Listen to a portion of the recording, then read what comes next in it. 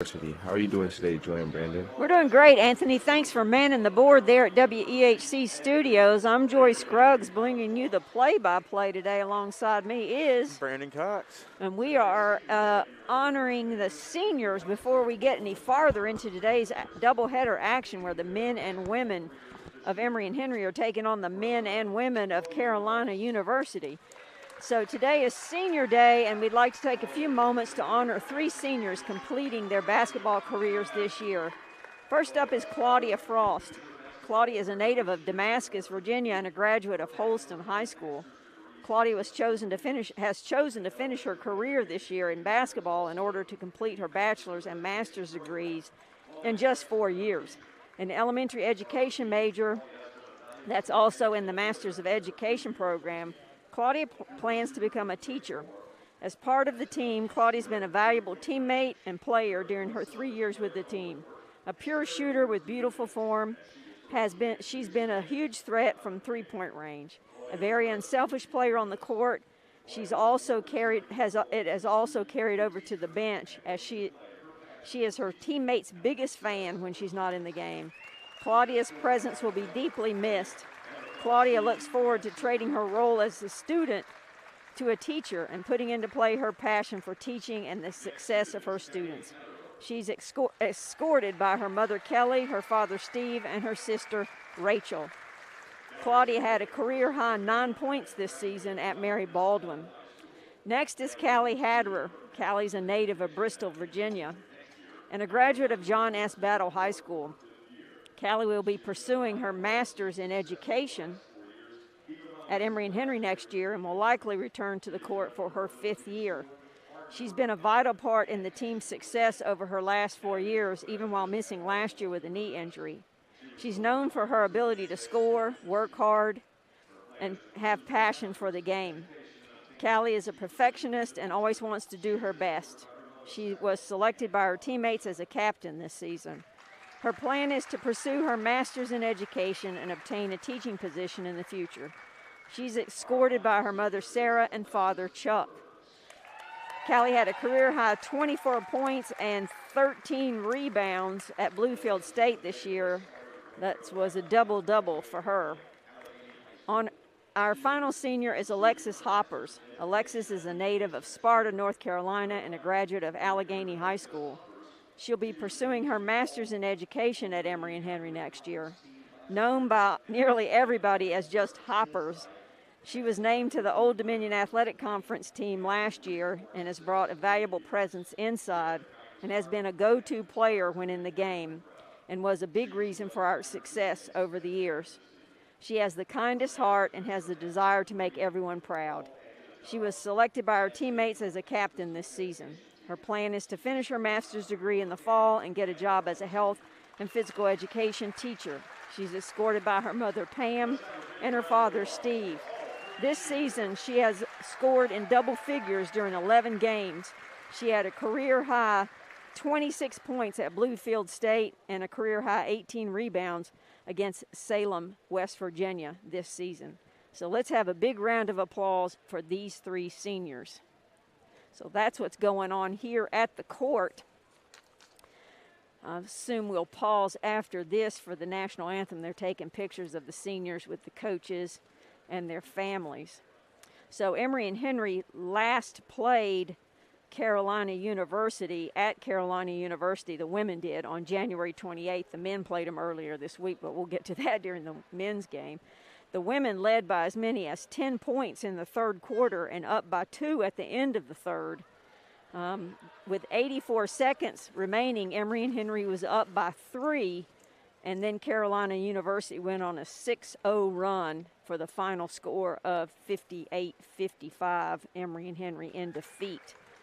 Emory and Henry out-rebounded the Bruins 32-28, so that may be part of the keys to the game.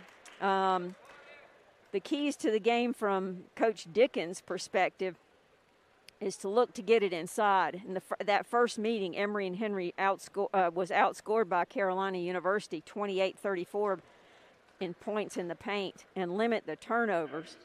Emory and Henry only had 18 turnovers of the game, but they had 4 turnovers in the last 4 minutes, and 16 seconds, 3 of those coming in the last minute of play. We're going to pause for the national anthem here.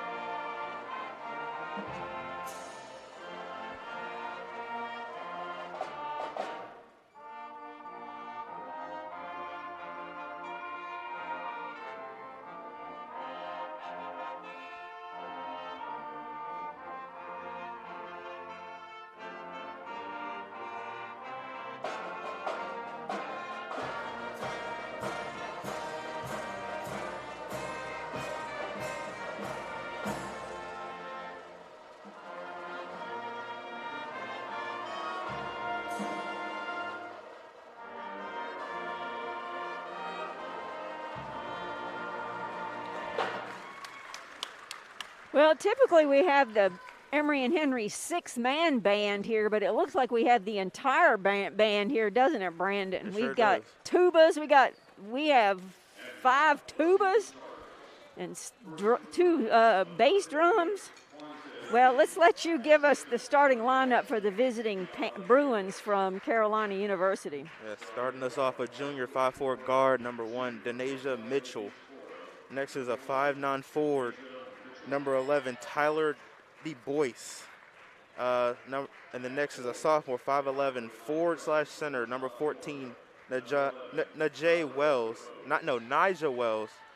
And then a senior 5'6" guard, number 30, Malaya Montgomery. And then rounded off a senior 5'5" guard, number 34, Donna Roberson.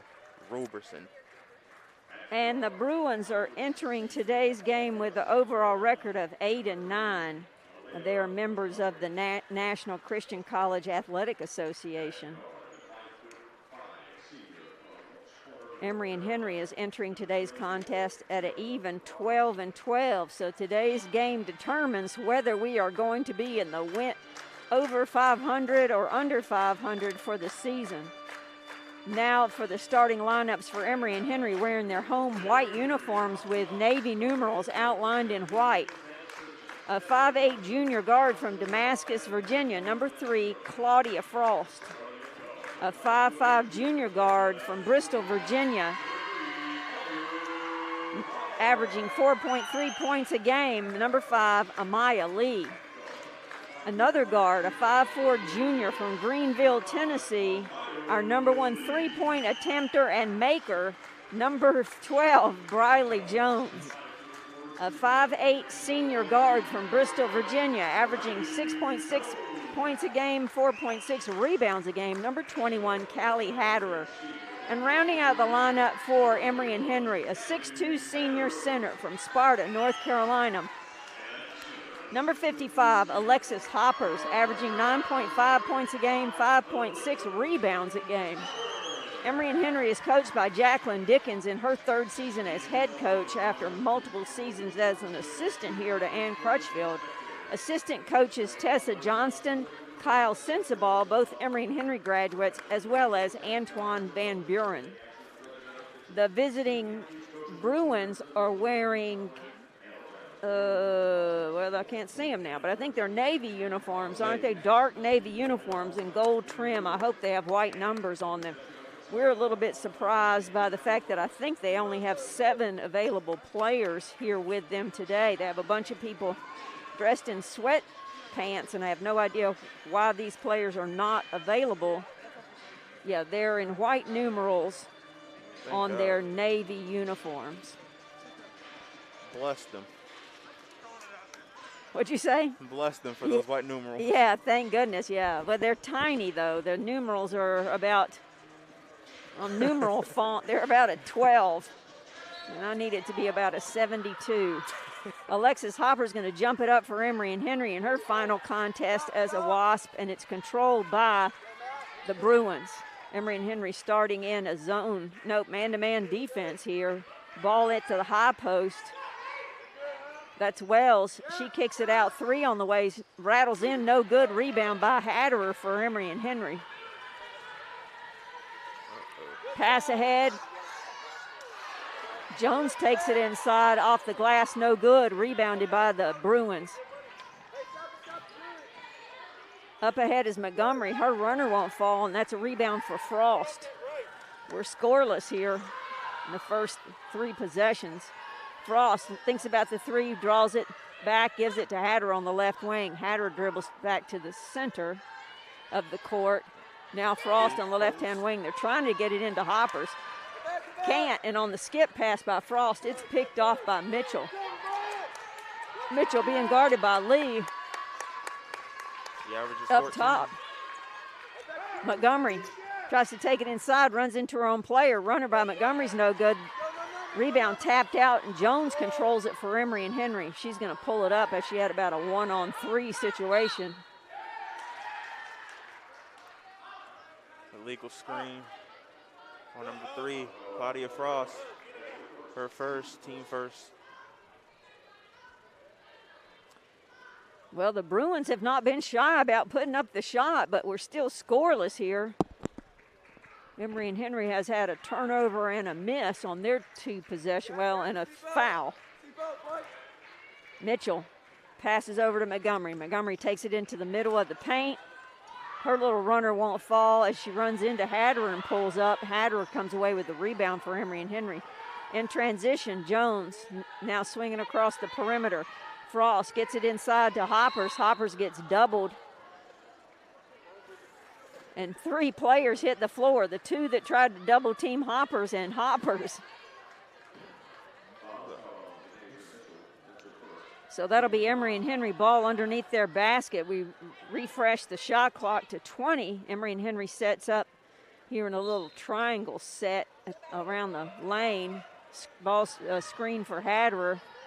Jones up top. She's going to draw on that one. No good. Rebounded, though, by Lee for Emory and Henry. That 3 went part of the way down and back. She's not going to be shy about it. She launches it again and connects on that one for the first points of the game.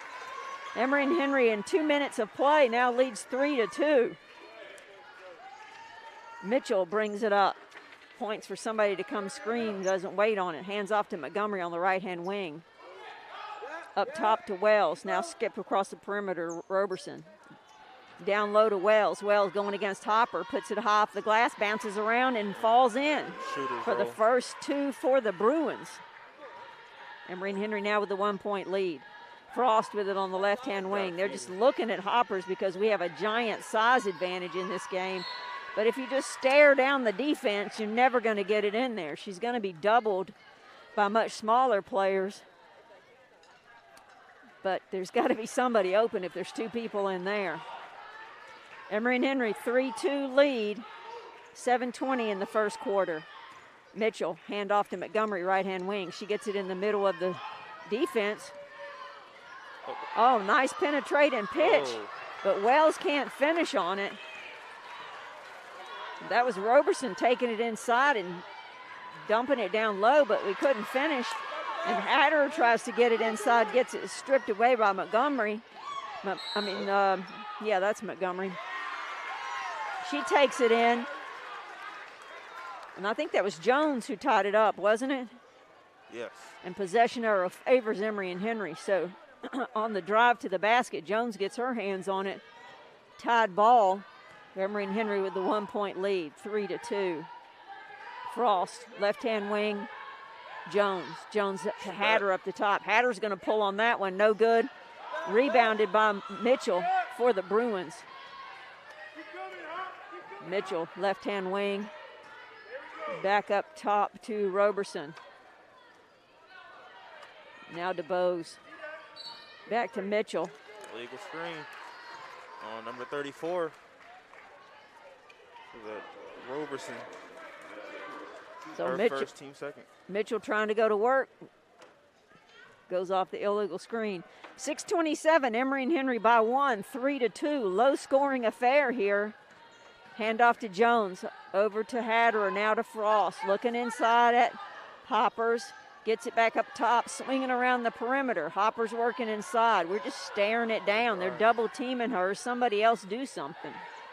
Now we get it to her in the middle. She dumps it off to Frost, who's cutting to the basket. Frost's shot just goes over the rim. Gotta stop transition. Montgomery going at 90 miles an hour, runs into Jones. And that's Jones's first, team second.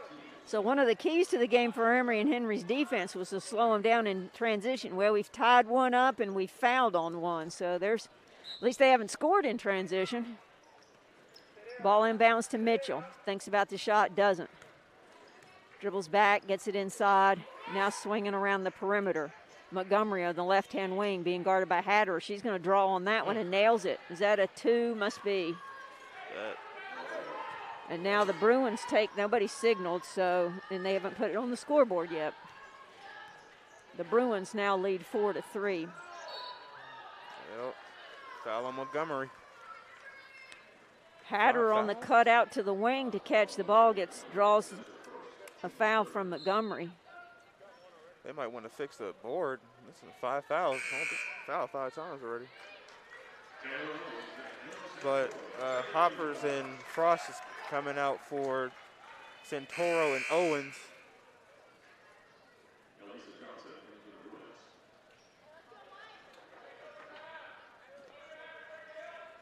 Emory and Henry with the ball out on their sideline, trailing 4-3.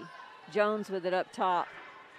Tries to penetrate, can't. Hand off to Owens. Hatter dribbles around. There's 10 on the shot clock. Somebody needs to notice that.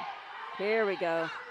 Hatter gets the ball screen on the pull-up.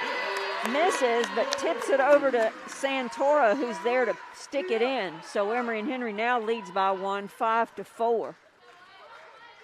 Mitchell with the ball up top, calling out the play. Emory and Henry played half-court man-to-man this whole way. Mitchell gets it inside, and as she tries to get past Jones, Jones gets a hand on it and ties it up. So we've got a media timeout here. It will be Bruins ball when we come back on the possession arrow, but Emory and Henry with the slim 1-point lead, 5-4.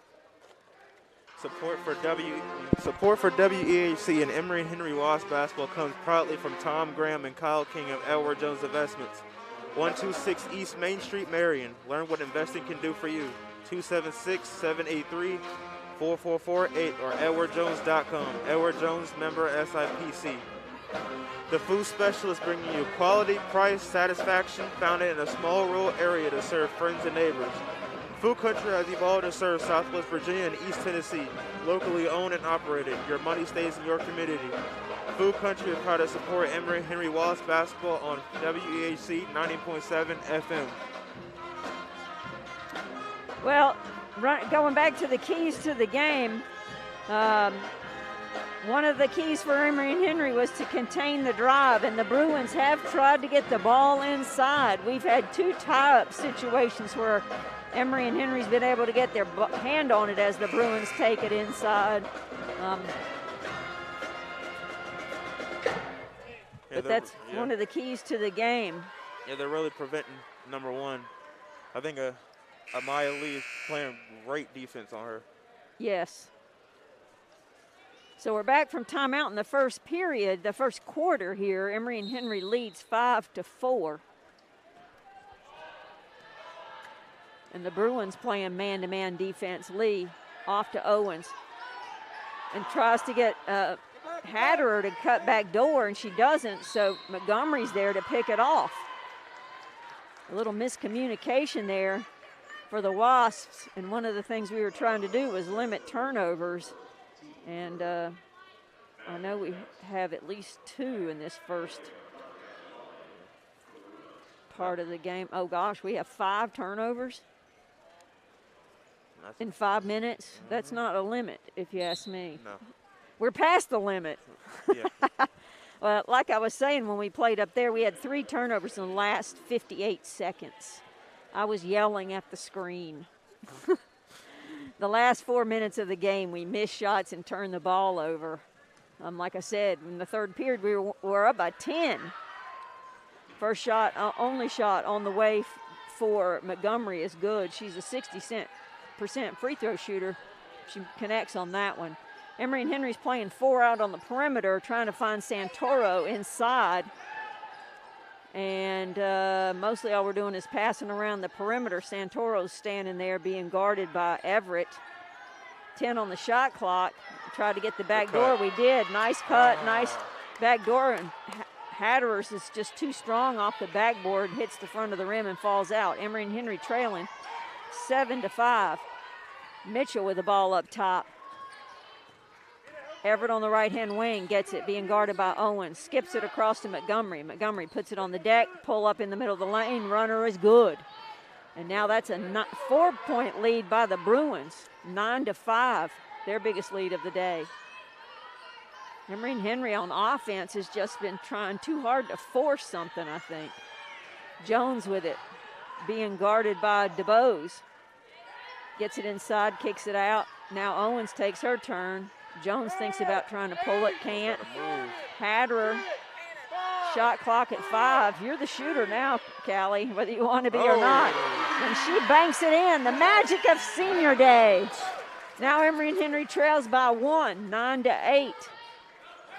Mitchell with the ball up top. They've got 4 on the perimeter. Johnson down low. Wells skips it across. There you go, body her up. Montgomery tried to go inside. She's only going to go to her right more than likely, and Hatter was there to cut her off, body her up to her right. And Hatter is coming out for Spain hour. Emory and Henry trailing 9-8, 3:07 remaining in the first quarter.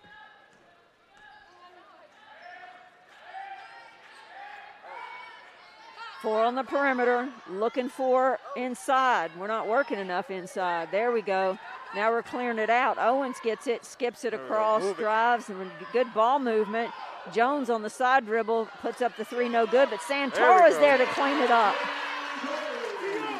And Emory and Henry back now with the 1-point lead. 10-9, 2:38 remaining first quarter. Got to keep moving the ball around. Mitchell.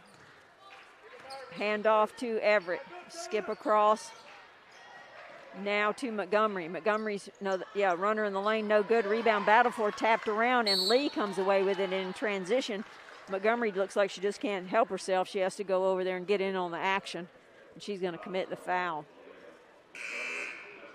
That's Montgomery's second, team 4. They might need to change the game plan to contain Montgomery.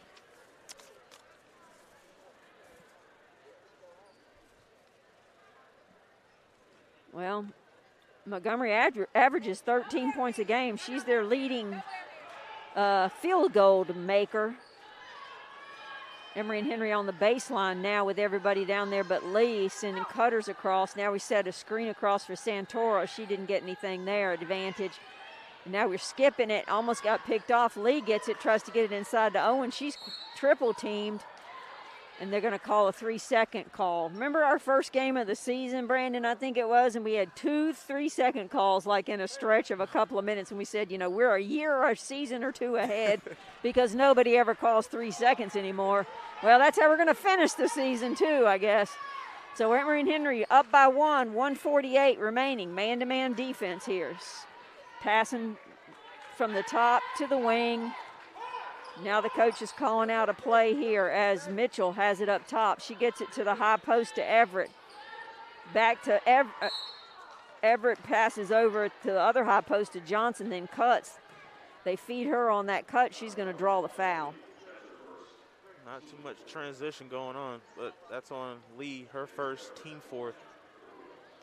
Emory and Henry with the 1-point margin, 1:31 remaining.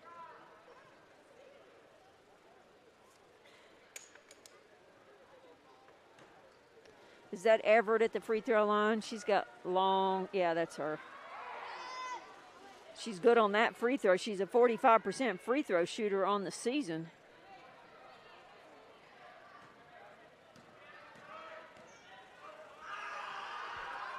And the band tries to distract her a little bit, but it doesn't work. And so now the Bruins with the 1-point lead, 11-10.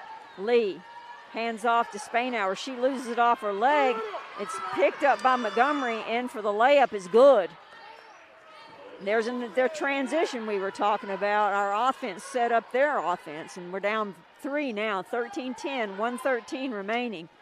Swinging around the perimeter. Now on the left-hand baseline with it is Santoro. She tries to work her man, gets in there. That was a foul on number 15. Everett, her first, team 5th. So now Santoro go to the line for Emory and Henry. These are her first shots of the night. Santoro is a 60% free throw shooter on the season, connects on the first one.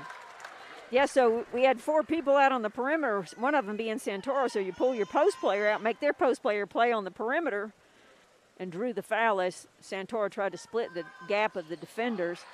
That second shot's no good. Rebounded by the Bruins. That's number 14, Wells. Mitchell averages 4 assists a game. We're under a minute to play. She handles the ball all the time for them. With a 2-point lead, the Bruins are sitting on the ball here for the shot clock down to 3. No, well, they just reset it to 10. Must have been at 13. Now the shot clock's not working. Oh, good block. Mitchell gets her shot blocked. Was that Lee? That was Lee. 32 seconds remaining. Pass ahead to Spainhour. She skips it over to Lee in the opposite corner, but it gets deflected out of bounds by the Bruins. Lee is playing tremendous The defense. shot clock was going on that last possession. Would go to 5, then to 10, then to 6, then to 5, then to 10. Something was possessed about that. Emory and Henry, 26 seconds first quarter, trailing by 2.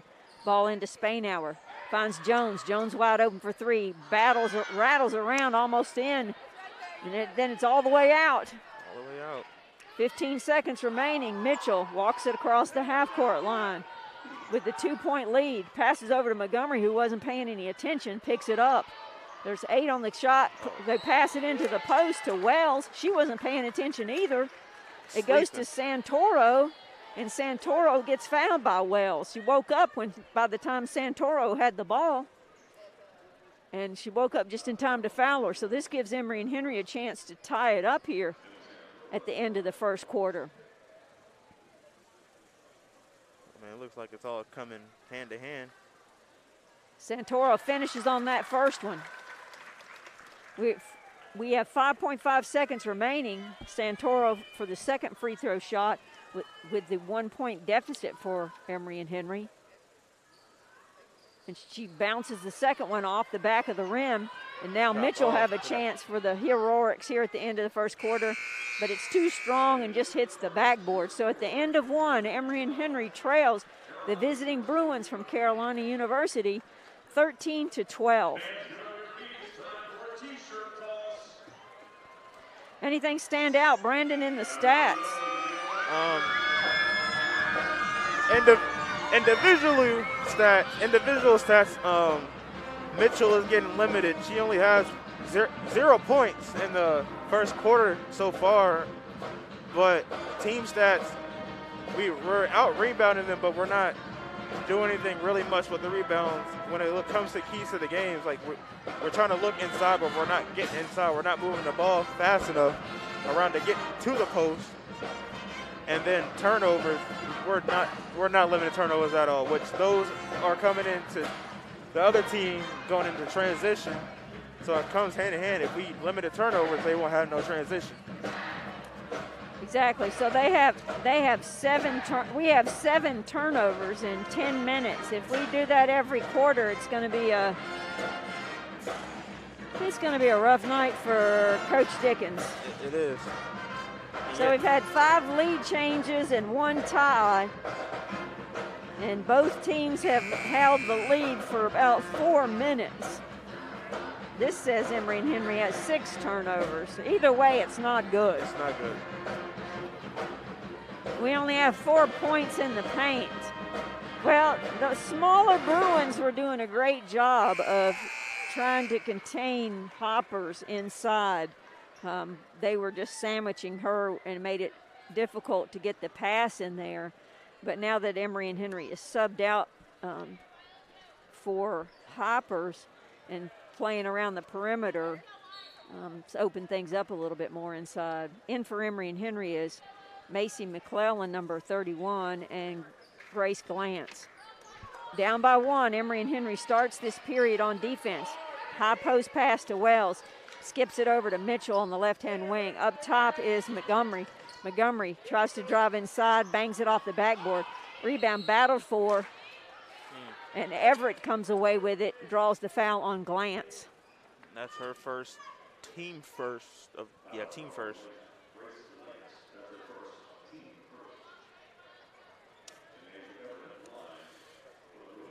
Everett, 3 points. She averages 3 points and 3 rebounds. Misses on that one. Everett's a 42% free throw shooter on the season. She was 2 of 2 on her last trip, so she's 3 of 4 on the afternoon here and gives the Bruins the 2-point lead. 9:36 into the second period. Ball screen up top for Spainhour. She kicks it out to Glantz. 3 on the way by Glantz is good. Kick and drive. Glantz had a career-high 13 points and 19 rebounds when Emory and Henry played at Salem in February, a couple of weeks ago. Mitchell sets up the offense here. Handoff to Wells. Wells takes it inside off the glass and scores it. And now the rebound. Now the lead favors the Bruins by 1. In transition, swinging across the perimeter, Mcclellan with it. Spainhour dribbles, teammate through, back out to Mcclellan. Mcclellan 3 on the way, buries it. Macy Mcclellan for 3. And Emory and Henry picking it up from the 3-point line. They're 4 of 8 now for 50%. The Bruins 0 from the 3-point line. Emory and Henry with the 2-point lead. Montgomery with it on the left-hand wing. Up top to Wells. Wells gets it inside, kicks it out to Mitchell. Mitchell penetrates. Now the officials are going to call Mitchell for the carry. I don't see that very often anymore. You sure this is not freshman night? I mean, for the officials. 8:18 remaining in the second quarter. 18-16, Emory and Henry with the 2-point lead. Lee over to Mcclellan. Mcclellan swings it to Spainhour at the top. Ball screen by Santoro. Nothing there. Up to top, high post to Glantz. Back to Santoro. 3 on the way, and she banks it in. It's a night for the freshmen. There you go. And now the Bruins are going to call a timeout here as Emory and Henry stretches to a 5-point lead. 21-16 with 7:58 to play in the second period. Support for WEHC and ENH Wasp basketball comes from People Incorporated, believing that every person needs support from others. People Incorporated promotes the dignity of individuals and families, moves people into the economic mainstream, and works to develop existing strengths and resources within communities. For information about assistance with community development, education, employment training, family services, financial services, or housing, contact 276-623-9000 or peopleinc.net. All the efforts of People Incorporated are directed by the concerns, hopes, needs, and dreams of the people served. Emory and Henry basketball is brought to you with support by First Bank and Trust, offering mobile banking, Apple Pay, remote deposits, and more, serving you with free checking since 1979. Member FDIC and on the web at firstbank.com. Well, how many games have we had this season, Brandon, when we looked at the keys to the game and we found success doing the opposite? The keys to the game for Emory and Henry today offensively was to get it inside, and right now we have 4 points in the paint and we have 15 points from the 3-point line, going 5 of 9, shooting 55.6% from 3. I like that. Yeah, I like the lead. Emory and Henry comes out of that timeout playing their 1-3-1 zone.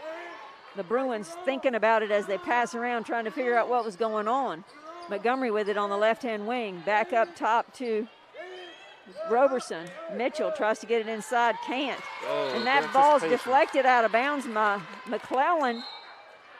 Yeah, I was going to say, they can't give it to us. I mean, it was a nice defensive effort, but it went off Mcclellan. I should just go ahead and call her McClanahan and get it out of my system for today. So Emory and Henry, 1-3-1. On the right-hand wing is Montgomery. She splits the defenders. The floater won't go.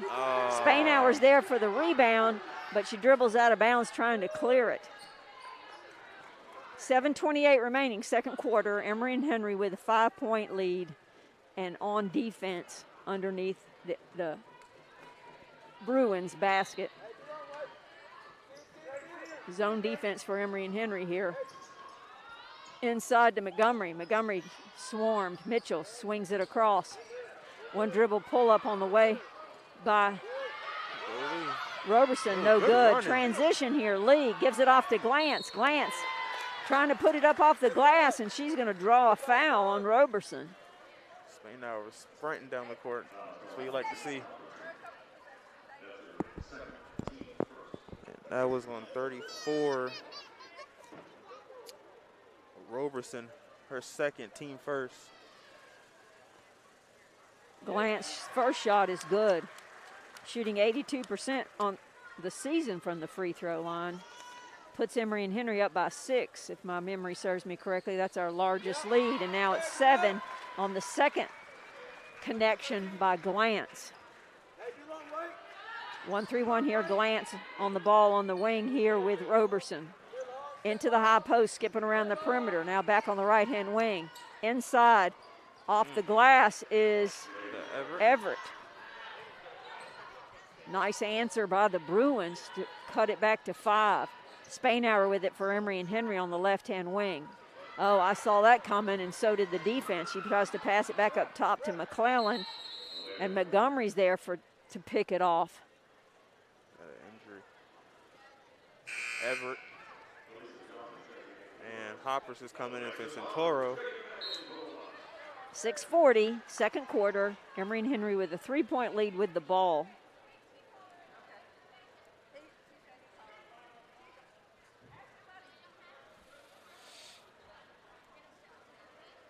I don't know what the discussion is about. Coach Dickens telling Amaya Lee what play she wants her to run. Feeding Hoppers. Yeah, see if we can get a single inside on Hoppers. Lee almost got it inside off the dribble. Left-hand wing to Spainhour. Spainhour trying to dribble out of the sideline, draws the foul on Roberson. That's her third, team second. That's 8 total fouls on the Bruins for the first and second quarters at this point. They don't have that many available players. Spainhour with the ball out of bounds, looks at Hoppers at the low block, doesn't do it. Swing across to Glantz, now back to Mcclellan. Mcclellan puts it on the floor, takes it all the way in, high off the glass. Good score by Mcclellan.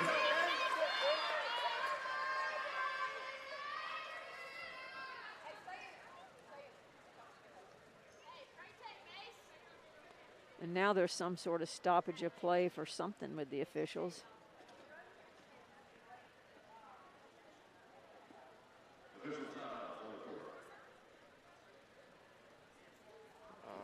I don't know what that's about, do you? I have no idea. Sports Information Director Joe Matthews is running across to the storage facility, so I have no idea what that is. Well, while we have a minute, Macy McClellan, who scored on that last drive to the left off the glass, she had a career-high 11 points and 7 rebounds in the game at home on January 15th against Salem of West Virginia. She's a 5'8" freshman from Kingsport, Tennessee, went to the now defunct Sullivan Central High School.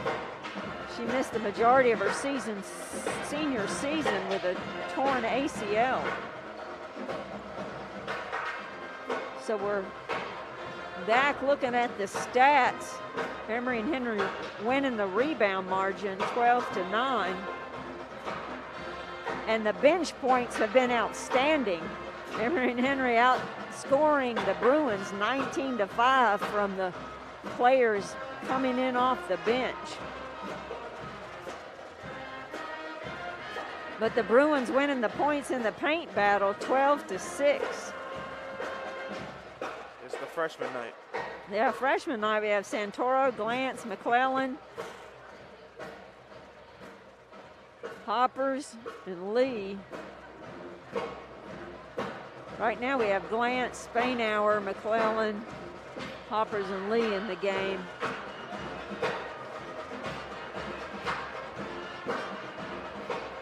Oh, they're trying to fix that shot clock problem that I was talking about. I think that's what's going on. Yeah, that one possession, as I said, I looked up and there was like 6 on the shot clock. I thought they just started from out of bounds, and then it went to 10, then it went to 5, then it went to 6. And I don't always trust my mental acuity, but I knew that wasn't right. Well, while we're paused here, let me take this opportunity to say thank you. It's been my great privilege, honor, and just overall fun to be able to be a part of these broadcasts on WEHC 90.7 FM, as well as the live stream with Go Wasps. I especially thank Ivy Shepard at WEHC and Ann Crutchfield, the athletic director at Emory and Henry, for allowing me to be a part of these broadcasts. When I retired 2 years ago, it was COVID, and you think, before that I thought, well, I'll get involved in some sort of volunteer work that maybe I can find a passion for, and you know, it's kind of hard to find volunteer things to do during COVID. And it wasn't until about midway through this season that I realized doing these broadcasts is my volunteer work, and it's something I love doing. So you couldn't ask for a happier combination for me. So I just want to say thank you for tuning in and supporting Emory and Henry Athletics and let me have a part of that. All right, so we're back from whatever that was about. We tell you what we know if we know anything, and if you know me, you know I don't know much. So we have 6:08 remaining second period. Emory and Henry up by 5. Bruins with the ball. Emory and Henry in the 1-3-1, and that first pass is picked off by Mcclellan. She gets it over to Spainhour. Spainhour back to Mcclellan at the top. Mcclellan's going to draw on that one and connects. So Mcclellan making up for lost time of her senior years, 2 of 2 for 3, and stretches Emory and Henry's lead out by 8, 5:40. This 1-3-1's been good for Emory and Henry. Sure has. Montgomery with the ball up top, swings over to the right-hand wing, gets it down low, now back out. DeBose is going to drive in with it, can't get it to go, but the stick back by Wells is good. 5:20, Emory and Henry with the 6-point lead, 28-22. Walking it up, double screen at the top by both post players. Sends Mitchell to the floor. Spainhour with it on the left-hand wing. Kicks it over to Glantz. Lee's going to draw for 3 from the corner. No good. Rebounded by Johnson for the Bruins. Mitchell with it. Mitchell pulls it up. Swing it to Montgomery, right-hand wing. Skip. Ooh, I thought we had a chance at picking that one off. Skip to Mitchell, left. Now Skip back to DeBose on the right. And she gets ready to make a move. DeBose, number 11, being guarded by Glantz, number 11. It was just too many ones there in one place. I didn't like that call right there, but Glantz got called for the foul. Glantz didn't like it much either. Hatter comes in for a Spainhour. 28-22, 4:40, second quarter. Mitchell over on the left-hand wing to DeBose. Back up top to Montgomery. Now Mitchell has it on the right-hand wing. DeBose back to Montgomery. Mitchell's going to take the 3. Rebounded by Hatter. Transition up ahead to McClellan. McClellan, her left-hand hook shot won't go. Glantz battles for the rebound, but it falls to Mitchell for the Bruins. Mitchell takes it all the way in. Oh, she gives it off at the last minute to Montgomery. I know Hatter thought she was going to get able to take the charge, but doesn't. And just like that in transition, the Bruins slice it down to 4. McClellan's going to draw again on 3. No good.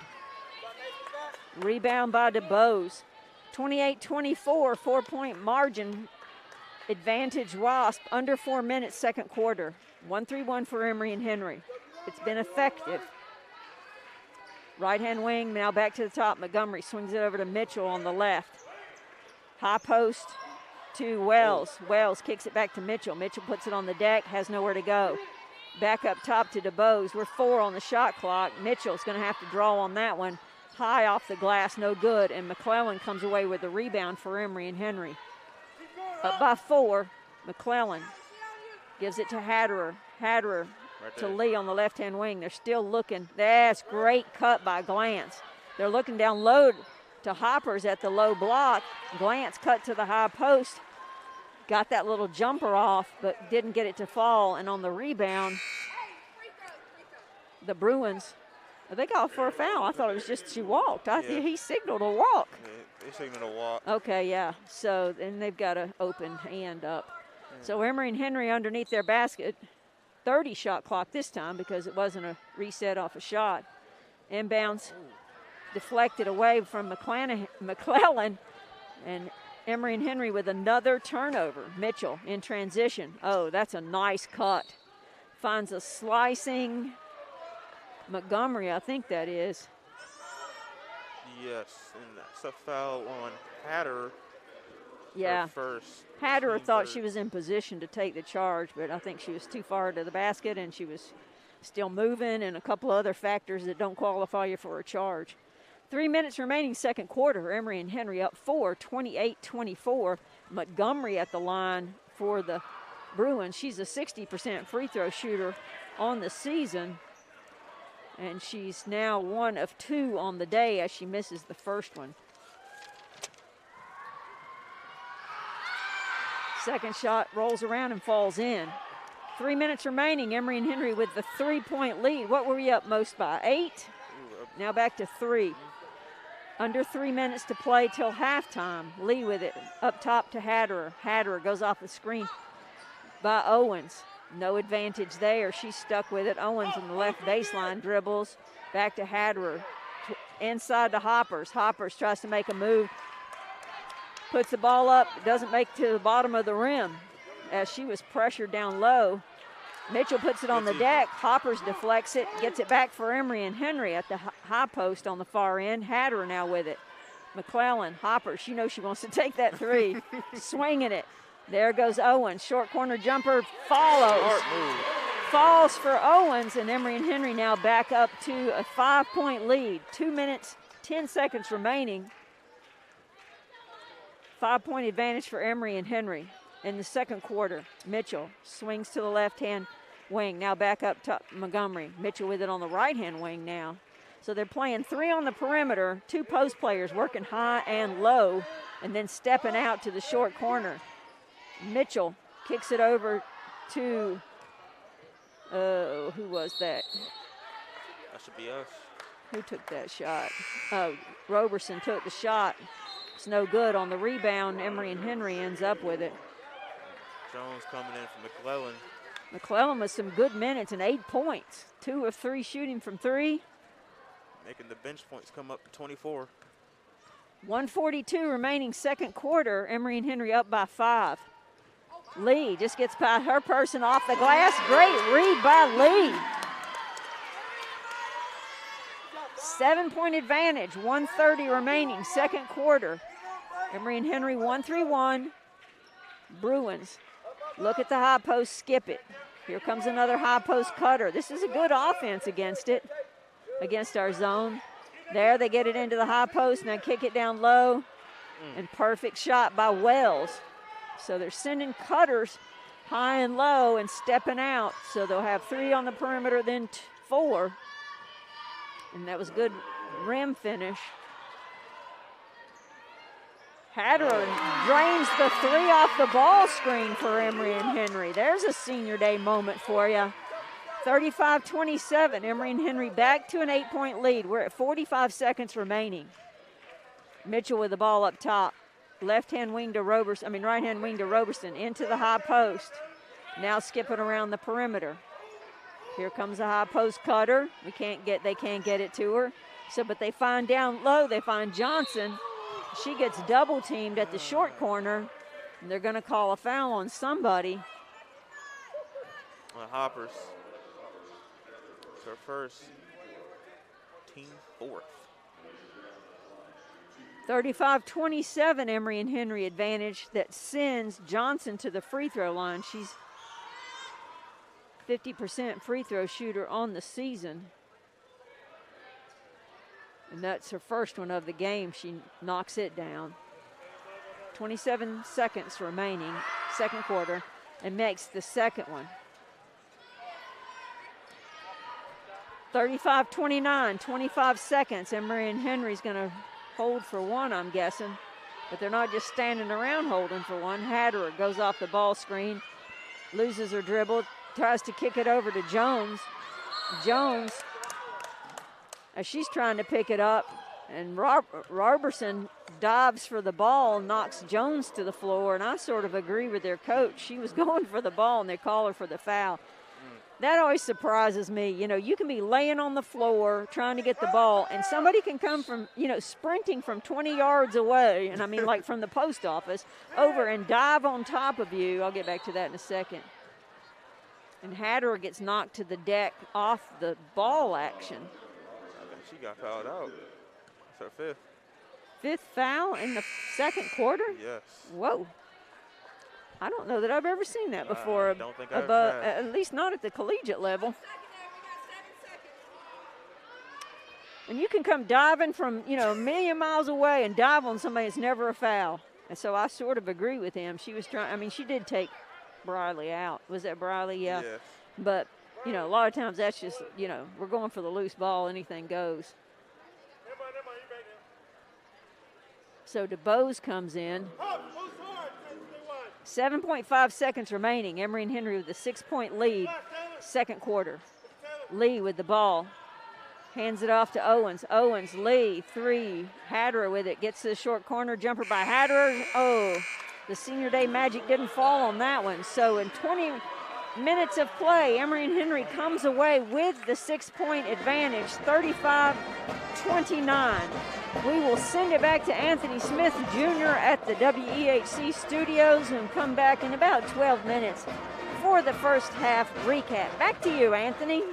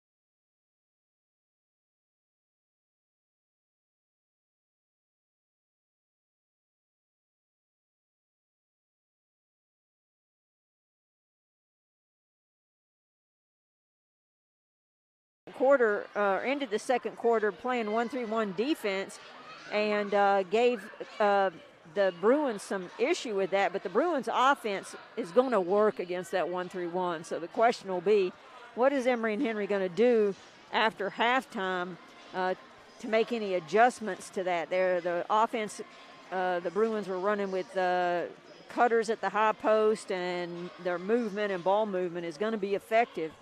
Defensively, Emory and Henry started out, their keys to the game was get the ball inside the Hoppers. Why didn't that work, Brandon? Well, they were double teaming. Yeah, and we just couldn't get the ball in there. Hoppers has only had one shot the whole night, and she was sandwiched when she took that one and wasn't able to finish. But the difference has been the three-point shooting for Emory and Henry. We are 7 of 13, knocking on wood, 34% from the three-point line. So what we thought were going to be the keys to the game, working inside, has not been what's been working, but the perimeter game.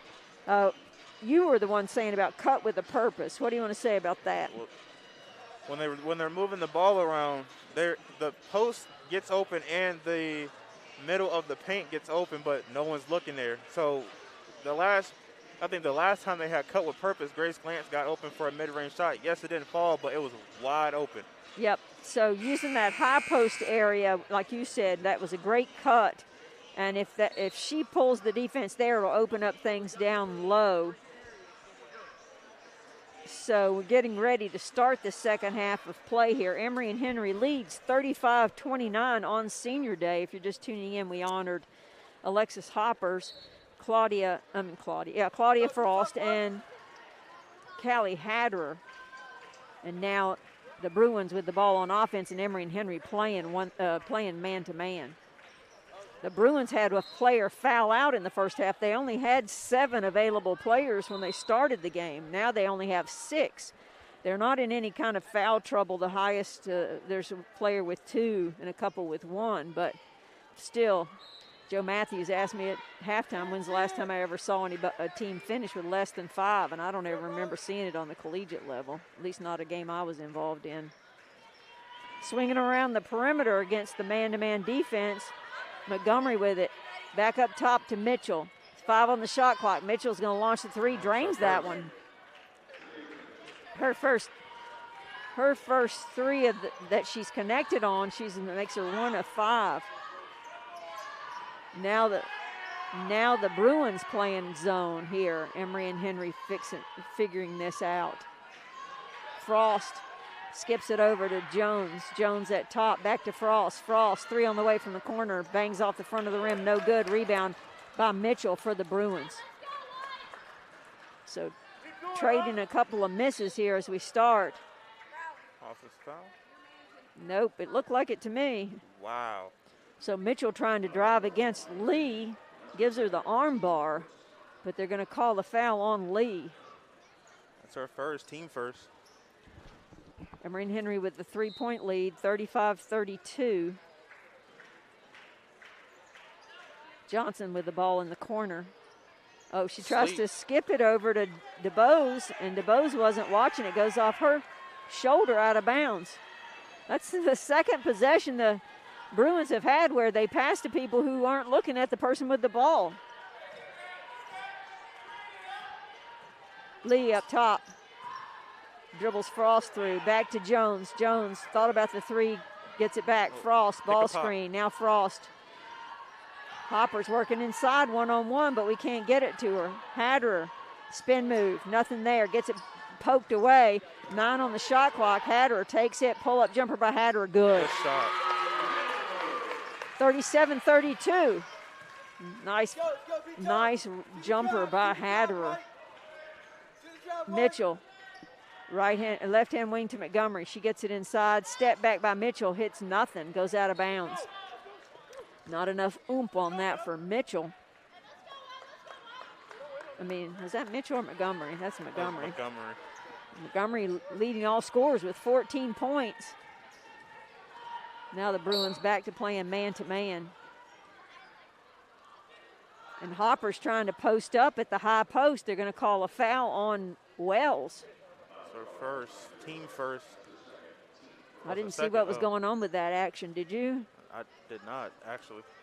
37-32, Emory and Henry up by 5.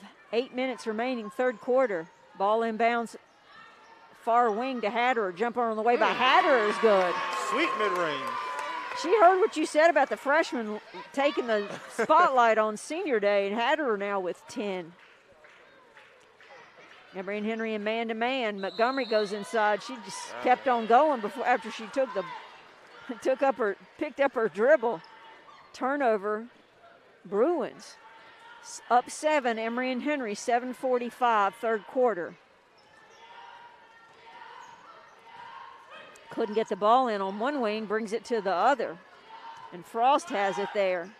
They're fronting Hoppers down low, so to get it into her, you've got to figure out how to get it over one defender and before the other. That's deflected out of bounds on the skip pass. Emory and Henry ball, 9 on the shot clock. And we tried to float it to Hoppers from that out of bounds position, and that gets picked off by Wells for the Bruins. That passed it was dead before it ever started. They called a block? They called a block. That's on Hatter.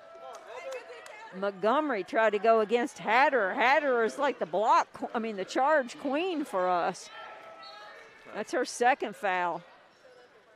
Underneath their basket with the ball. Mitchell sets up the offense, hands off to DeBose. DeBose, left-hand wing to Montgomery. Not any movement by the Bruins. Montgomery step back on the way, no good. Rebound by Jones. Jones in transition. Doesn't see anybody. Hoppers was calling for her to come off the ball screen, but didn't. 20 on the shot clock. Lee sets it up. Here comes Hoppers for the ball screen for Lee. Lee kicks it to Jones. Now we're at 12 on the shot clock. Here comes Hatter at the high post. She takes it. Floater by Hatter is good. Hatter wants to be senior day. 12 for Hatter on 5 of 9 shooting. 6:30 remaining, third quarter. Emory and Henry up by 9.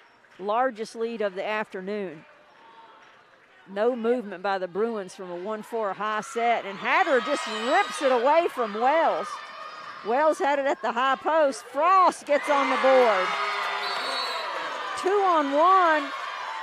The Bruins pass it to Wells at the high post. She stood there with her back to the basket, so Hatter just came over and ripped it out of her hands, took it down in transition, and the 2-on-1 fed Frost on the left-hand block, and off the glass for the layup was Frost, and that gets the junior who's celebrating senior day 2 points and in the scorebook for the Wasps. And this 11-point lead is the Wasps' largest lead of the afternoon.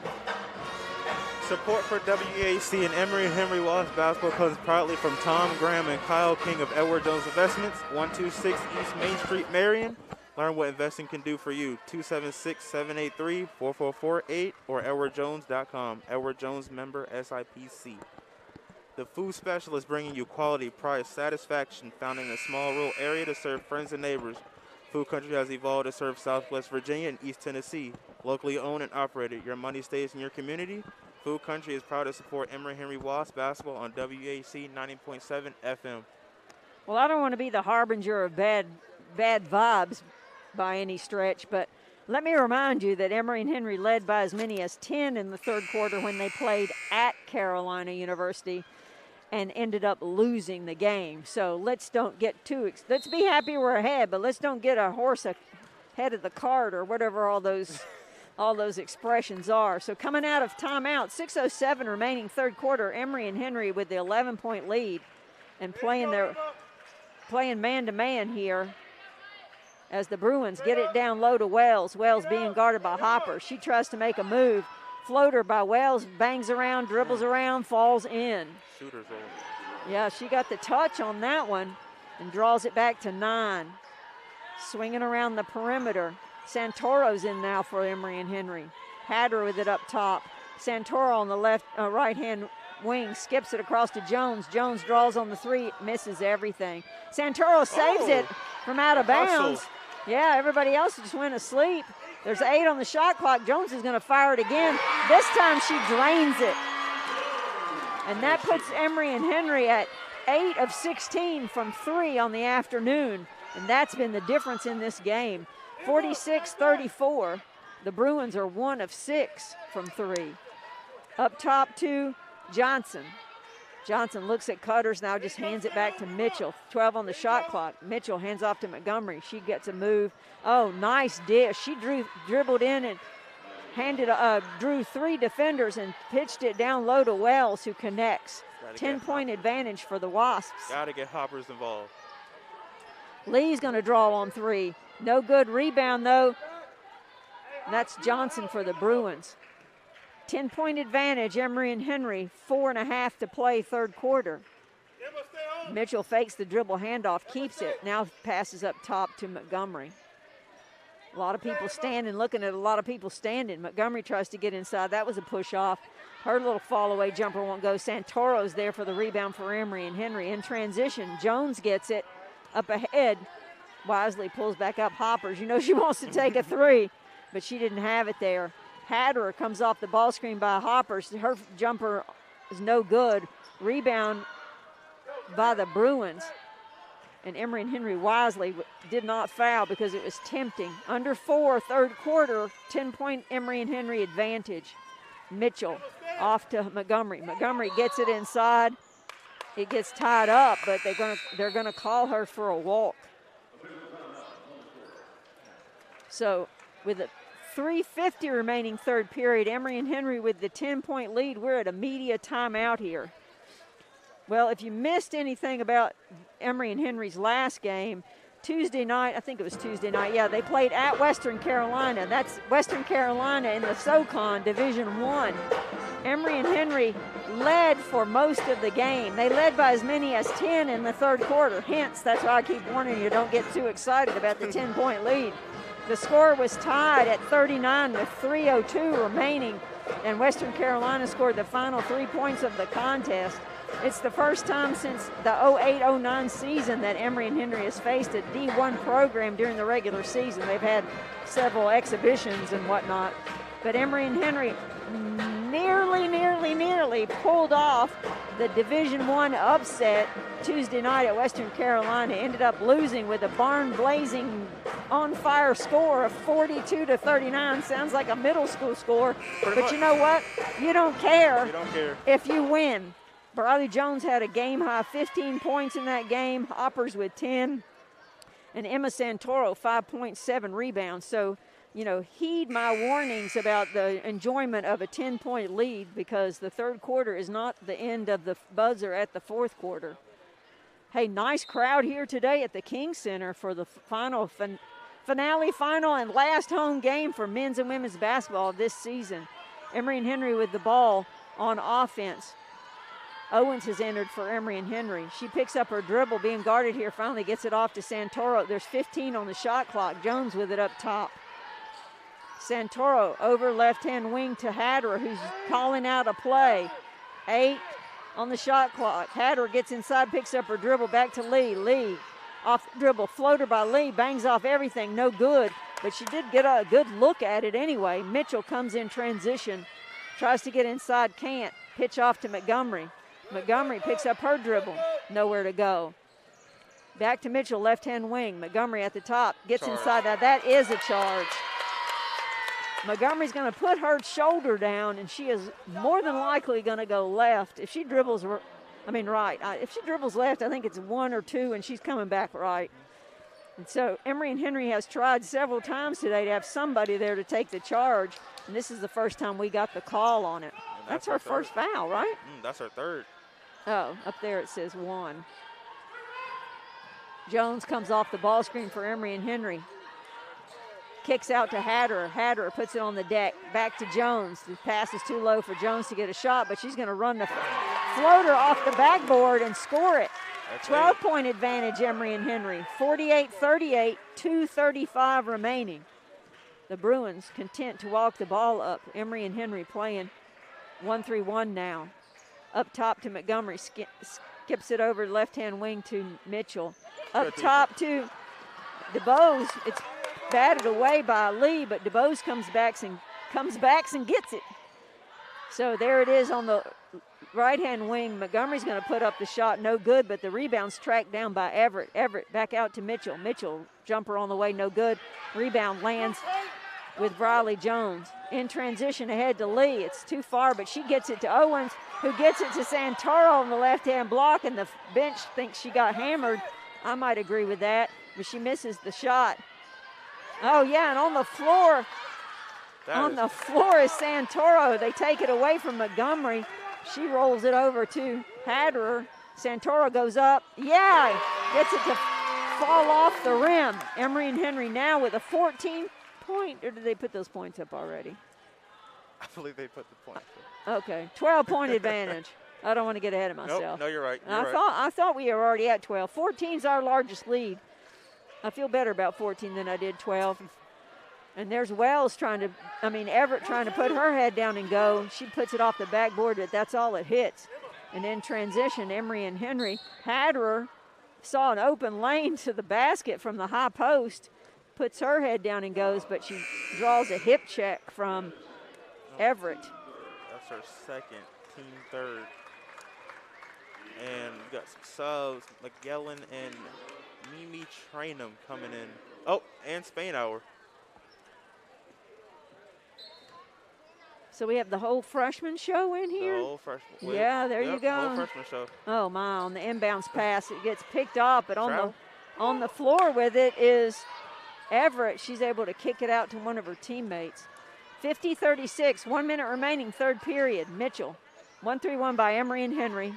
Off to the right-hand wing, back to the top to Everett. Everett tries to drive down the lane, and she's going to draw a foul from, is that from Trainum? Nope, that's from Santoro. The first, team third.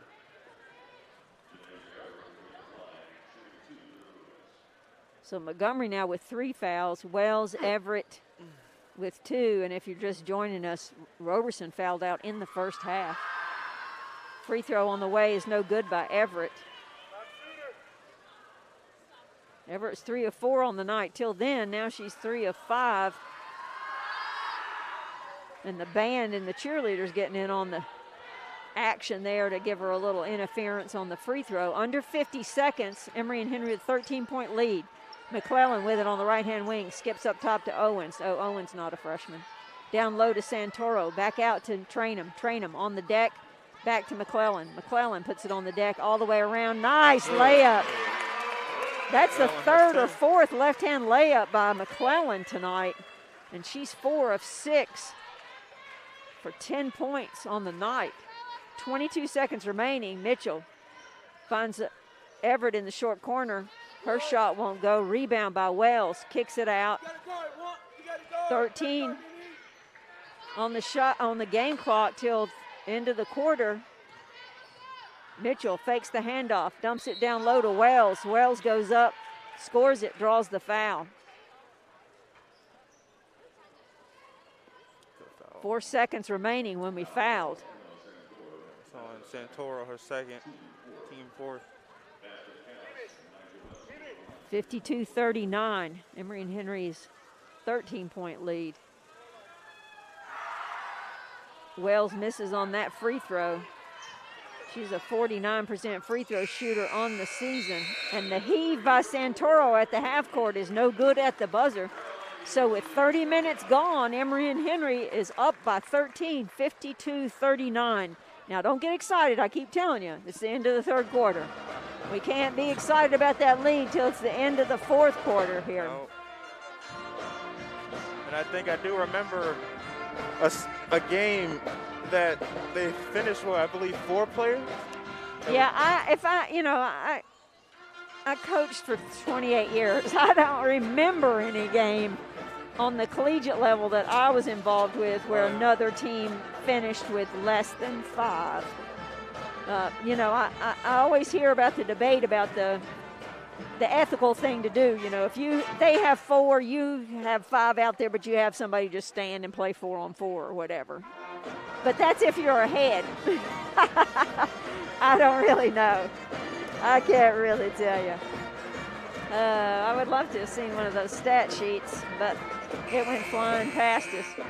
Well, now Hatter, I guess she got her feelings hurt when we when she didn't hear us saying about it was the freshman day, because now she's leading Emory and Henry with 12 points on 5 of 10 shooting and 4 rebounds. Santoro with 11 points. Mcclellan with 10 on 4 of 6 shooting. She's 2 of 3 from 3.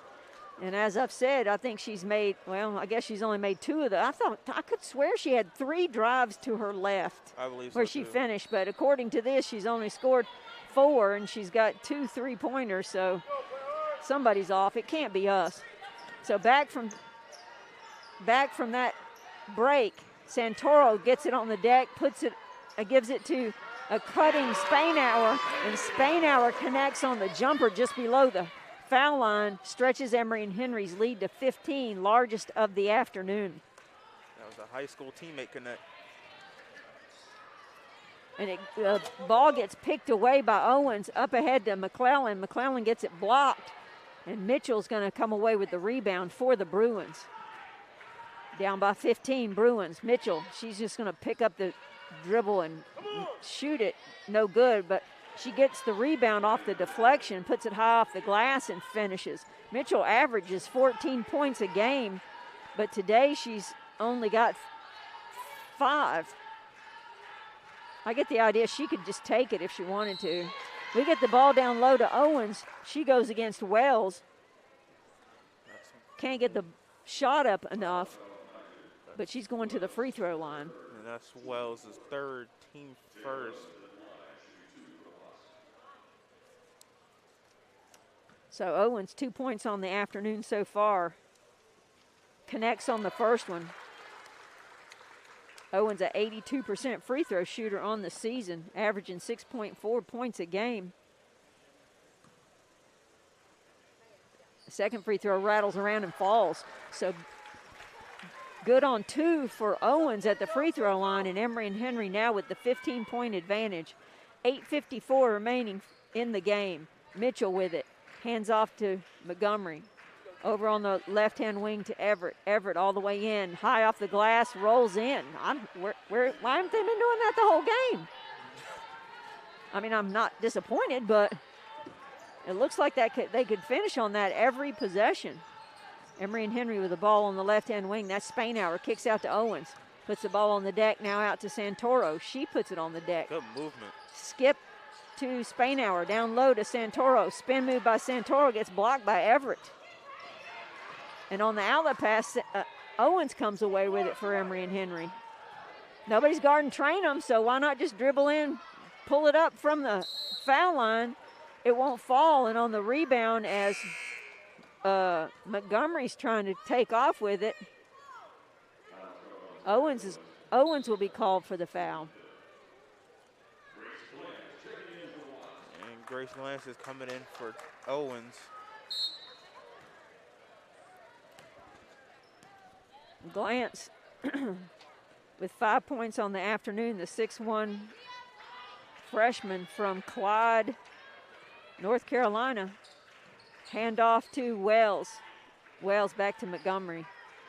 Now over on the right-hand wing, Mitchell has it, goes off the ball screen. Pull-up jumper by Mitchell, no good. Rebound, Glance battles for it, goes out of bounds. No, it doesn't. It gets saved by Wells before it goes out of bounds. There's 15 on the shot clock.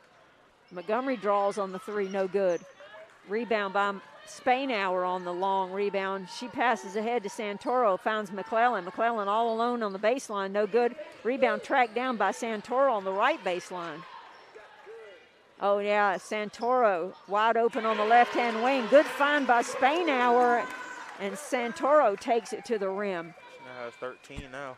15-point spread for Emory and Henry with 7:10 remaining. Mitchell dribbling all around against Lee, now just gives it up. It's passed across the perimeter to Everett. Everett's going to just crank up the shot, no good. Mimi Trainum for Emory and Henry comes away with the rebound. Pass ahead to Mcclellan, down low to Glance. Glance puts it up, draws the foul.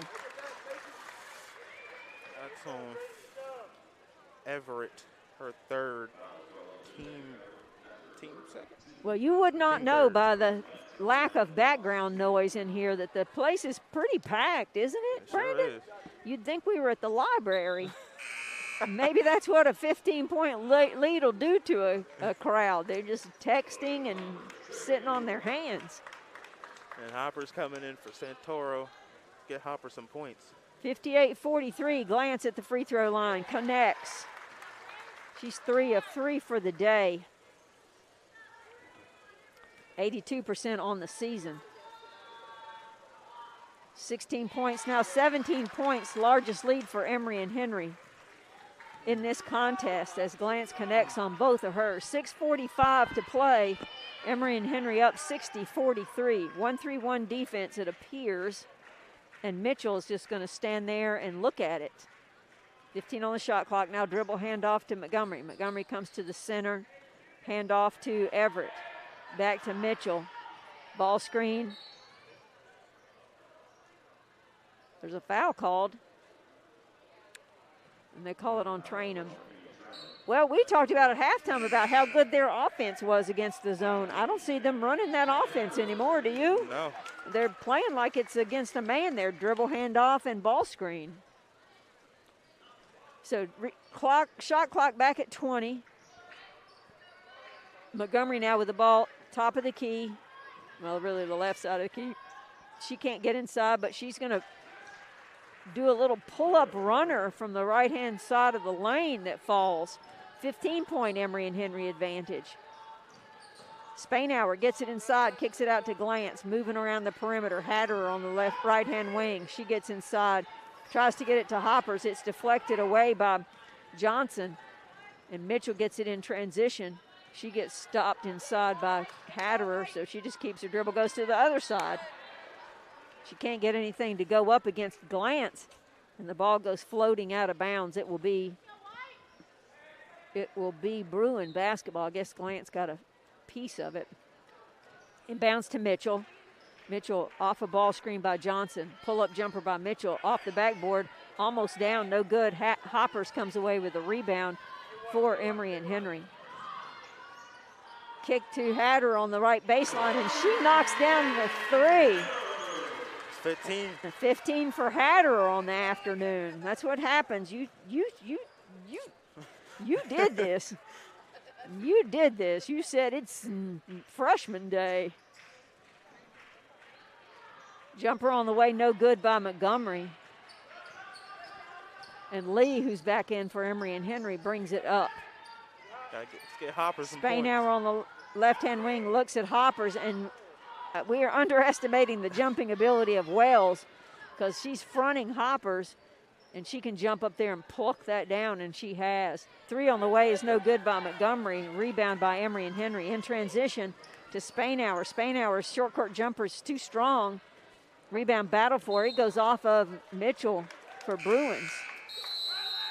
So Briley Jones coming back in for Emory and Henry with 4:45 remaining in the game. Emory and Henry with the 18-point lead. Yep. 63-45. Support for WEHC and E&H Wallace basketball comes from People Incorporated, believing that every person needs support from others. People Incorporated promotes the dignity of individuals and families, moves people into economic mainstream, and works to develop existing strengths and resources within communities. For information about assistance with community development, education, employment training, family services, financial services, or housing, contact 276-623-9000 or peopleinc.net. All of the efforts of People Incorporated are directed by the concerns, hopes, needs, and dreams of the people served. Emory and Henry basketball is brought to you with support by First Bank and Trust, offering mobile banking, Apple Pay, remote deposits, and more. Serving you with free checking since 1979. Member FDIC and on the web at firstbank.com. Well, if you look at the stats, a lot of things look equal, but the thing that doesn't look equal is the three-point shooting. Emory and Henry enjoying 9 of 19 on the afternoon, while the Bruins are 1 of 9. Emory and Henry has slowed down the turnovers with just 13 at this point. We had 7 at the end of the first quarter. Ball inbounds to Hatterer. Swings to Lee on the left-hand side. Now Hatter at the top, puts it on the deck. Back to Lee. Lee gets to the free throw line. Floater on the way is good by Lee. How many is that for Lee at this point? That's 4. But Lee's got 5 assists. I knew she was making some noise somewhere. Montgomery tries to do a pull-up jumper, no good, and as she tries to kick it out to Wells at the high post, Glantz gets a piece of it, and Emory and Henry comes away with it. Hatter now on the right baseline, gives it to Hoppers up top. Hoppers dribbles in, tries to kick it out. Finds Jones. Jones behind the three-point line. Oh, it's short. But Emory and Henry with the rebound. Hatterer, maybe you get another chance, Briley. Briley looks like she wants to try to float it into Hoppers. Now Hoppers being guarded by Mitchell. You've got to get it to her. Get it up there. There you go, Alexis. There we go. So Hoppers being guarded by Mitchell, who's 5'4". That's Hopper's first points. 3:35 remaining. Emory and Henry with the 22-point advantage. This is the way you want to have a game on senior day. It is. Mitchell back with it, being guarded by Lee. Her long jumper's on the way, no good. Rebound tracked down by Everett. She kicks it into Glantz. Glantz in transition finds Jones. Jones takes it all the way. Nice drive to the basket for Briley Jones. That's 10. 4 of them are double digits 3 now. minutes remaining. Emory and Henry up by 14. So the 2 of the 3 people celebrating senior day are in there. Emory and Henry, man-to-man defense.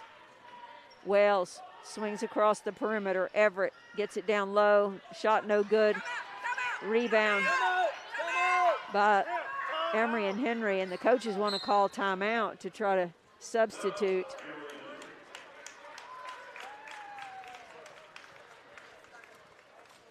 So let's see if they're going to take the seniors out.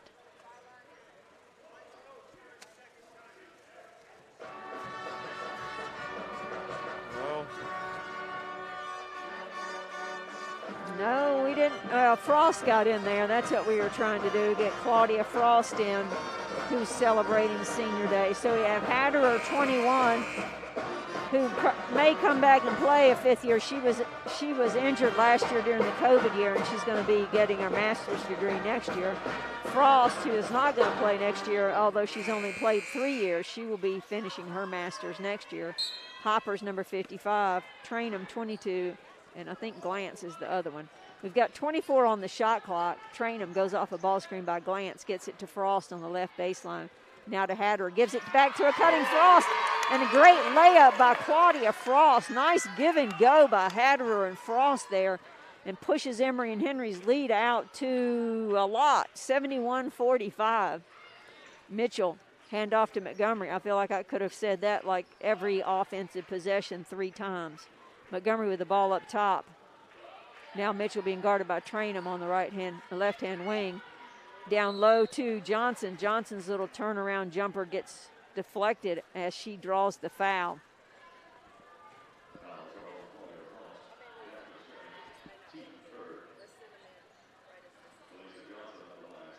So Emory and Henry now with 4 people in double figures. Hatter with 15. And that free throw bounces around and is no good by Johnson. Santoro with 13, Jones with 10, Mcclellan with 10, and everybody else who's seen action has scored. Johnson's second free throw is good. She's a 71% free throw shooter on the season. Trainham gets it ahead to Hatter. Hatter saves it from going, no, she doesn't save it from going out of bounds. And here come the substitutions. So we get the seniors coming out. That's number 55, Alexis Hoppers, number 21, Callie Hader, and number 3, Claudia Frost. So a great way to celebrate senior day. We're at under 2 to play. Emory and Henry leads 71-46. Mitchell brings it up, being guarded by Trainham. She spin moves, doesn't give it to the handoff. Pull-up jumper by Mitchell. She drains it. Watching her hit those shots, I think she could do that on every possession. That's 7 points now for Mitchell. Trainham dribbles over, hands it off to Pace. Pace up top. She's going to draw for 3. It's way too strong off the backboard, and Montgomery comes away with it. Finds Mitchell on the left-hand wing. Mitchell drains the 3. 2 back-to-back shots by Mitchell. A pull-up jumper and a Spot up 3. We're at 1:12 remaining. Emory and Henry up by 20. Trainham over to Pace on the right-hand wing. She feeds it down low to Glantz. Wraparound pass by Glantz trying to find, I think that's Spainhour over there. No, is that? That's Oh no, that's Alvis. Tried to find her, and it gets batted out of bounds. 1 minute remaining, up by 20. On this senior day, Emory and Henry's going to end the season with a 13-12 over 500 record. Wow, 3 on the way by Everett. These last 3 possessions for them look like, why haven't they done it? I mean, I'm not disappointed, but like they could have done that every possession. 35 seconds remaining. Emory and Henry, 71-54. High post to Hodges. Pace, 3 on the way, no good. Rebound, battle for it. Alvis tried to battle for it, but Montgomery comes away with it. 25 seconds remaining. Montgomery tried to find a cutting Johnson, and the ball gets batted out of bounds. There's 22 seconds remaining. I'd say unless we turn it over, all the scoring is done for the day. So Trainham gets it across the half-court line. Pass ahead to Alvis. Alvis dribbling around. Back to Trainham. Their coach is calling out no foul, so Trainham's just going to dribble out the clock here. And Emory and Henry will end their season with a 13-12 record in this transitional period between Division III and Division II, beating the visiting and avenging their earlier loss to Carolina University, winning today 71-54. We'll bring you some wrap-up of the stats, and we're also going to speak to the 3 seniors being honored here, so stay tuned when we can get those players here to join us. In the meantime, we'll run down some stats of note. One of the keys, well, Emory and Henry ended up, this says 21 turnovers. Our stats say 15. Who knows? Nonetheless, points in the paint, we ended up with 30. But again, the key statistic was we went 9 of 12 from 3. And they went 3 of 11, but they hit 2 probably in the last 2 minutes of the game. So really, those really weren't a factor. According to the stats we were just handed, Emory and Henry lost the turnover margin 21-15, but won the points in the paint battle 30-24. And while Carolina University enjoyed 12 fast break points, that was one of the keys to the game. That certainly was not a factor in tonight's game. The bench was outstanding for Emory and Henry, outscoring Carolina University 36-14. Anytime you can get 36 points off your bench is a great day of play. Let's run down the individuals. You want to give us the individual scores for the Bruins? Yes. All leading scorers, Montgomery with 16, Wells with 12, 5 rebounds. Everett came in with 11. Mitchell, 10 points, 6 rebounds. And Johnson, 3, Roberson, 3. And to get playing time, but no points, Tyler. And for Emory and Henry? All leading scorers, the senior Hatter, 15. Santoro 13, Jones and Mcclellan 10 each. Glantz 7 with 5 rebounds. Claudia Frost, the senior, number 4. Oh, my fault. She had 4 points. Also, Lee 4, Owens 4, Spainhour with 2, Hoppers the senior 2, and to get action but no points, Alvis, Pace, Trainham, and Hodges. So we're going to wait for the 3 players celebrating Senior Day to join us here on the broadcast, so if you want to stay tuned. The men's game will begin at 29 minutes from now, so let's see, that's going to be about, I don't know, that's going to be not 4 o'clock, let's put it that way. I've done too much math in my head today. So the men are going to take on Carolina University as well and also celebrate their senior day.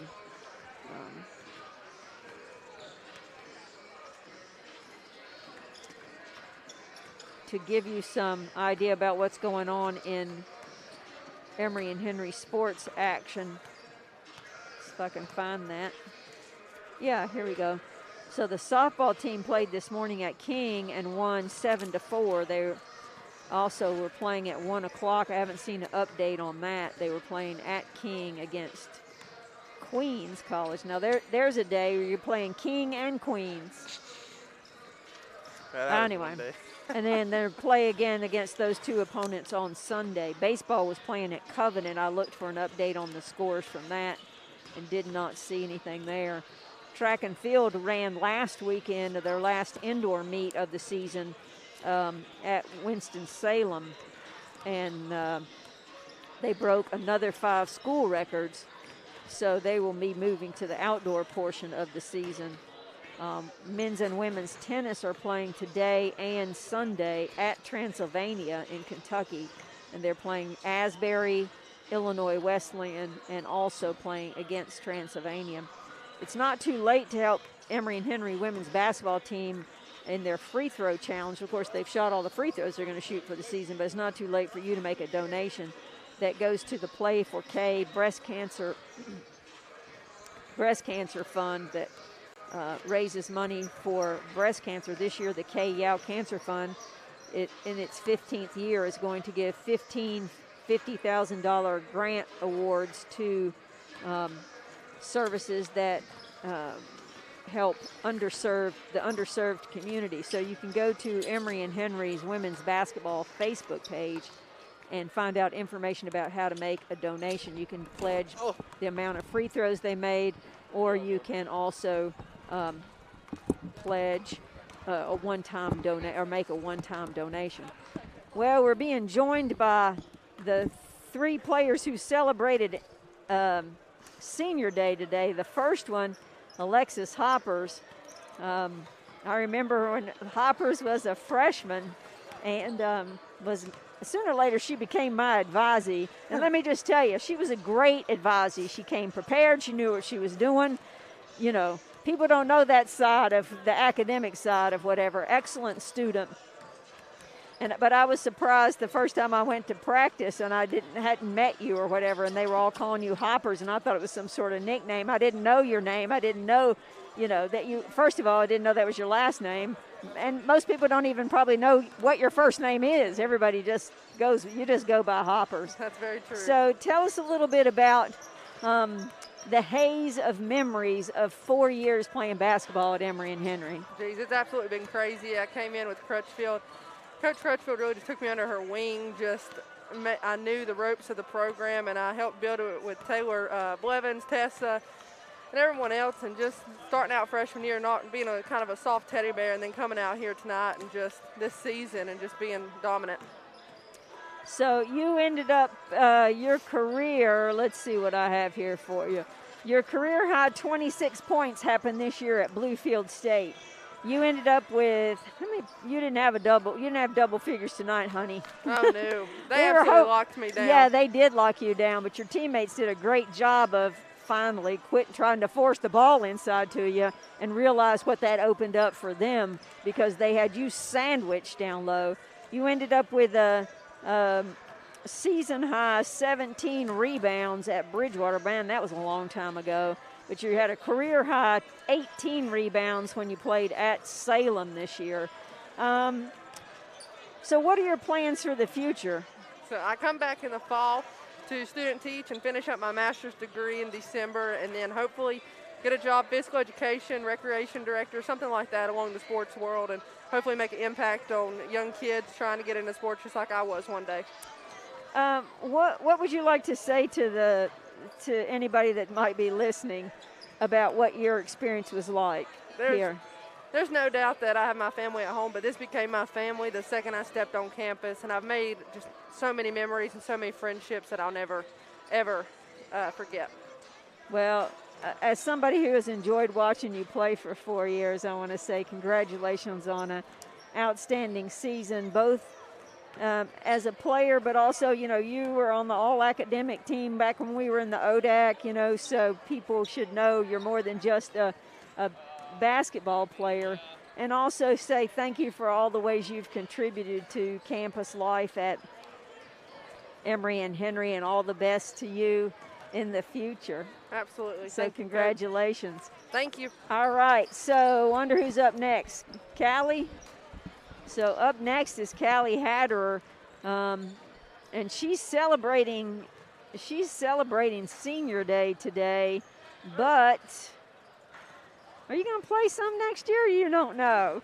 I believe I am. Yeah. It's looking that way. Well, you know, everybody gets a COVID year, but you also got a injury year, so you could actually play 2 more years I don't know probably if you about wanted to. Yeah, there you go. There's a little drain on the finances there. Well, Callie's a 5'8" senior from Bristol, Virginia. You went to John Battle High School. You had a career day when we played Bluefield State here. She had 12 rebounds and 24 points. That was, I think, your first and only double-double of your career, if I'm not mistaken. Yes.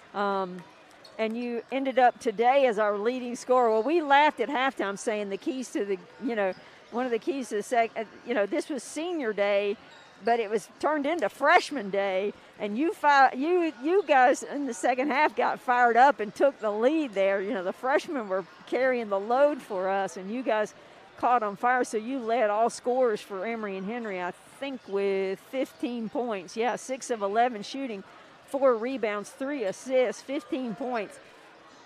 Tell us a little bit about what it's meant to you so far to play basketball at Emory and Henry. It has meant everything. From the time I came in here, it was just a family atmosphere. We still had people I played with my freshman year. They were here today. Just you stay connected with people, and you just create these relationships that, you know, never go away. Yeah. So what do you hope to do after you graduate? I definitely hope to get a teaching position, hopefully. And you're majoring in physical education, health yes. and human performance physical education. Yes, so hopefully I'll find a job. Exactly. Well, anything you wanted to say to anyone that might be listening? Thank you for supporting us all season. Hope to come back next year and support us again. Well, I wonder, like, do you have to keep the same flowers you got today for next year? I think that'd be funny if they handed you a bunch of all dried out brown flowers from leftover, like you had them last year. We're not giving you a fresh set of flowers. Yeah, well, congratulations on a great day today, and maybe not your last day in a WASP uniform. Thank you. Thank you. And now joining us is Claudia Frost. Claudia is, well, she's just a junior, but my guess is, tell us how you're going to manage to graduate with 2 degrees in 4 years. I think I have an idea, but you tell everybody how you're going to manage to do that. So I came into college with a lot of college credits from high school, and so I was able to kind of go from there. So I basically came in as a sophomore, so it's kind of worked out to be able to get my 5th year and my 4th year. And when you come in with those credits, knowing from somebody who's a previous faculty member here how handy that is when you have an advisee that has all that work taken care of already, and you're focused. You know exactly, like, what are you majoring in? Elementary education. Right. So you already knew that's what you wanted to major in. So you come in with those credits and you're already on your path. Then it affords you this opportunity. Tell people, when you graduate, what degrees you're going to have. So I have my undergraduate in interdisciplinary English, and then I'll have my master's in interdisciplinary English with an endorsement in special education. So that's what you're going to do, is special ed. And tell us what you would like, where would you like to see your career get a start? What would you like to do? I think I'd like to start just in a gen ed classroom and get some experience there, and then as the years go on as being a teacher, hopefully be the teacher of a special education classroom in the future. And do you have any idea where that desire to, I mean, it's a calling, I think. I had a classmate who spent, decades as a career in special education with physical education, and there's a lot of turnover and a lot of burnout in that field, and I think it's just a calling. How do you think you came to that? All my life I've grown up around a lot of teachers, and I've watched them do very special things. So I think I was just called to it by all of them, and there's still people that I talk to every day, ask questions to every day, and I really just look up to them, and I feel like that's a career that is best for me. What would you like to say about your experience, your 3-year senior experience at playing basketball at Emory and Henry? It's definitely been the best years. EHCWBB has my whole heart. I've met some of my best friends on this team, and it's not been easy always, but it's been worth it. So I think it's definitely going to be tough next year being a student and not on the basketball team, but I know that these are my forever friends, and I'll always be their supporter. So, last things you'd like to say to anyone who might be listening? just stay supporting us. We have a bright future ahead. I think this year proved a lot. So in the next coming years, I can't wait to see what they do. All right, thank you. That was Claudia Frost joining us of the 3 players who celebrated Senior Day today. Claudia's really a junior, but she's her last year going to be competing with the women's basketball team. So it was fun hearing from those 3 players about their experiences here at Emory and Henry. Well, that wraps it up for the women's broadcast. We have 17 minutes until the men's game will begin. So if you're tuning in on GoWasp.com, just hit the other stream and it will take you to the men's connection. If you're listening on WEHC, just listen to what Anthony's going to play for you in the interim period, and then we'll be back here in about 17 minutes to bring you men's basketball action against the Bruins of Carolina University and also Senior Day for Emory and Henry men's basketball. Back to you, Anthony Smith Jr. at the WEHC studios. Thank you, Joy and Brandon, and thank you to all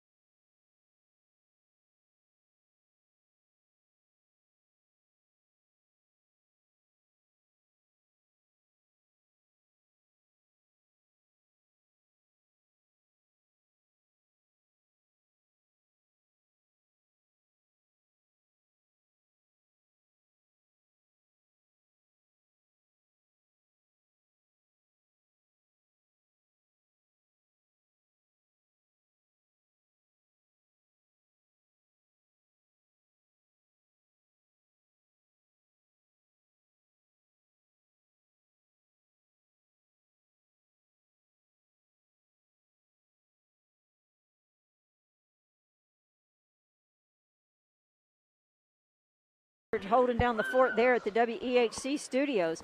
We're back for the second half of the doubleheader action today as Emory and Henry men take on the Bruins of Carolina University. I'm Joy Scruggs bringing you the play-by-play. Alongside me is Brandon Cox. And we are celebrating Senior Day here today for men's basketball. So we'd like to take a few moments to honor our 2 senior members of this year's men's basketball team.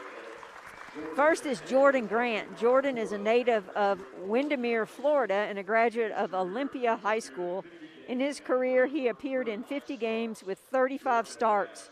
Jordan has amassed 305 points, 111 assists, 89 rebounds, and 33 steals. He was named to the All-Holiday Inn Captain's Shootout team in 2019 and was a member of the 2020-2021 ODAC All-Academic team. Unfortunately, he experienced a career-ending injury prior to the 2021 season and has served as a student assistant during this season. Jordan will graduate in May with a degree in sport management. He's the son of Brian and Mina Grant, and he is escorted today by assistant coach Matt Spencer. Congratulations to Jordan Grant. Our next senior is Micah Banks. Micah's a native of Simpsonville, South Carolina, and a graduate of St. Joseph's Catholic School. Prior to his arrival at Emory and Henry, Micah played 1 season at Columbia International, where he led his team in scoring and assists. For his efforts, he was named the NCCAA South All-Region second team and is credited for having the best freshman season in program history. Since he arrived at Emory and Henry, he's played in 61 games with 51 starts. Over the course of his career, he has amassed 919 points. Maybe he could get to 1,000 points today, you think, Brandon? I believe so. I'd like to see it. 347 rebounds, 202 assists, and 86 steals. Micah will graduate this May with a degree in exercise fitness and wellness. He plans to enroll in a master's program at Emory and Henry this fall. Micah is scored today by his mother, Micah Banks. Let's give a big round of applause for Jordan and Micah. We have a packed house here today. We had a packed house for the women's game. We're going to, before we do the starting lineups for you, we will honor America with the playing of the national anthem by the Emory and Henry Marching Band.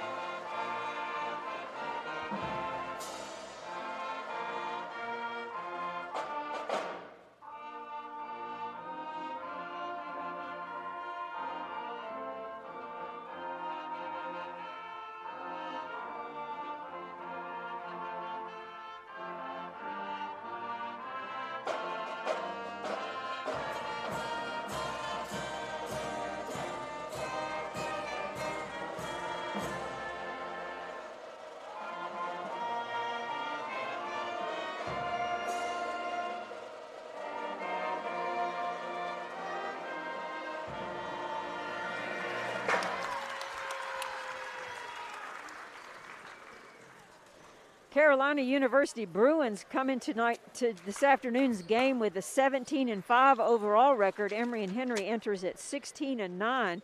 These two teams played on Tuesday night at Carolina University. Emory and Henry came away with the 84-73 win in that contest. In the second half, the Bruins got up by 6 points early. Then Emory and Henry led by 1 and then went on a 12-4 run with less than 4 minutes to play and cinched the lead there. Brandon, would you like to give us the starters for the visiting Bruins? Yeah, starting off is a senior 6-foot guard, number 2, Najim Nawabi. Next is a junior 6'4" forward, number 12, Kester Ofebu. Next is a junior 6'2" guard, number 22, Micah Cooper. Next is a senior 6'2" guard, number 24, Andre Aguilera. And then rounding up the lineup is a junior 6'8" forward, Latrell Standiford. Yeah.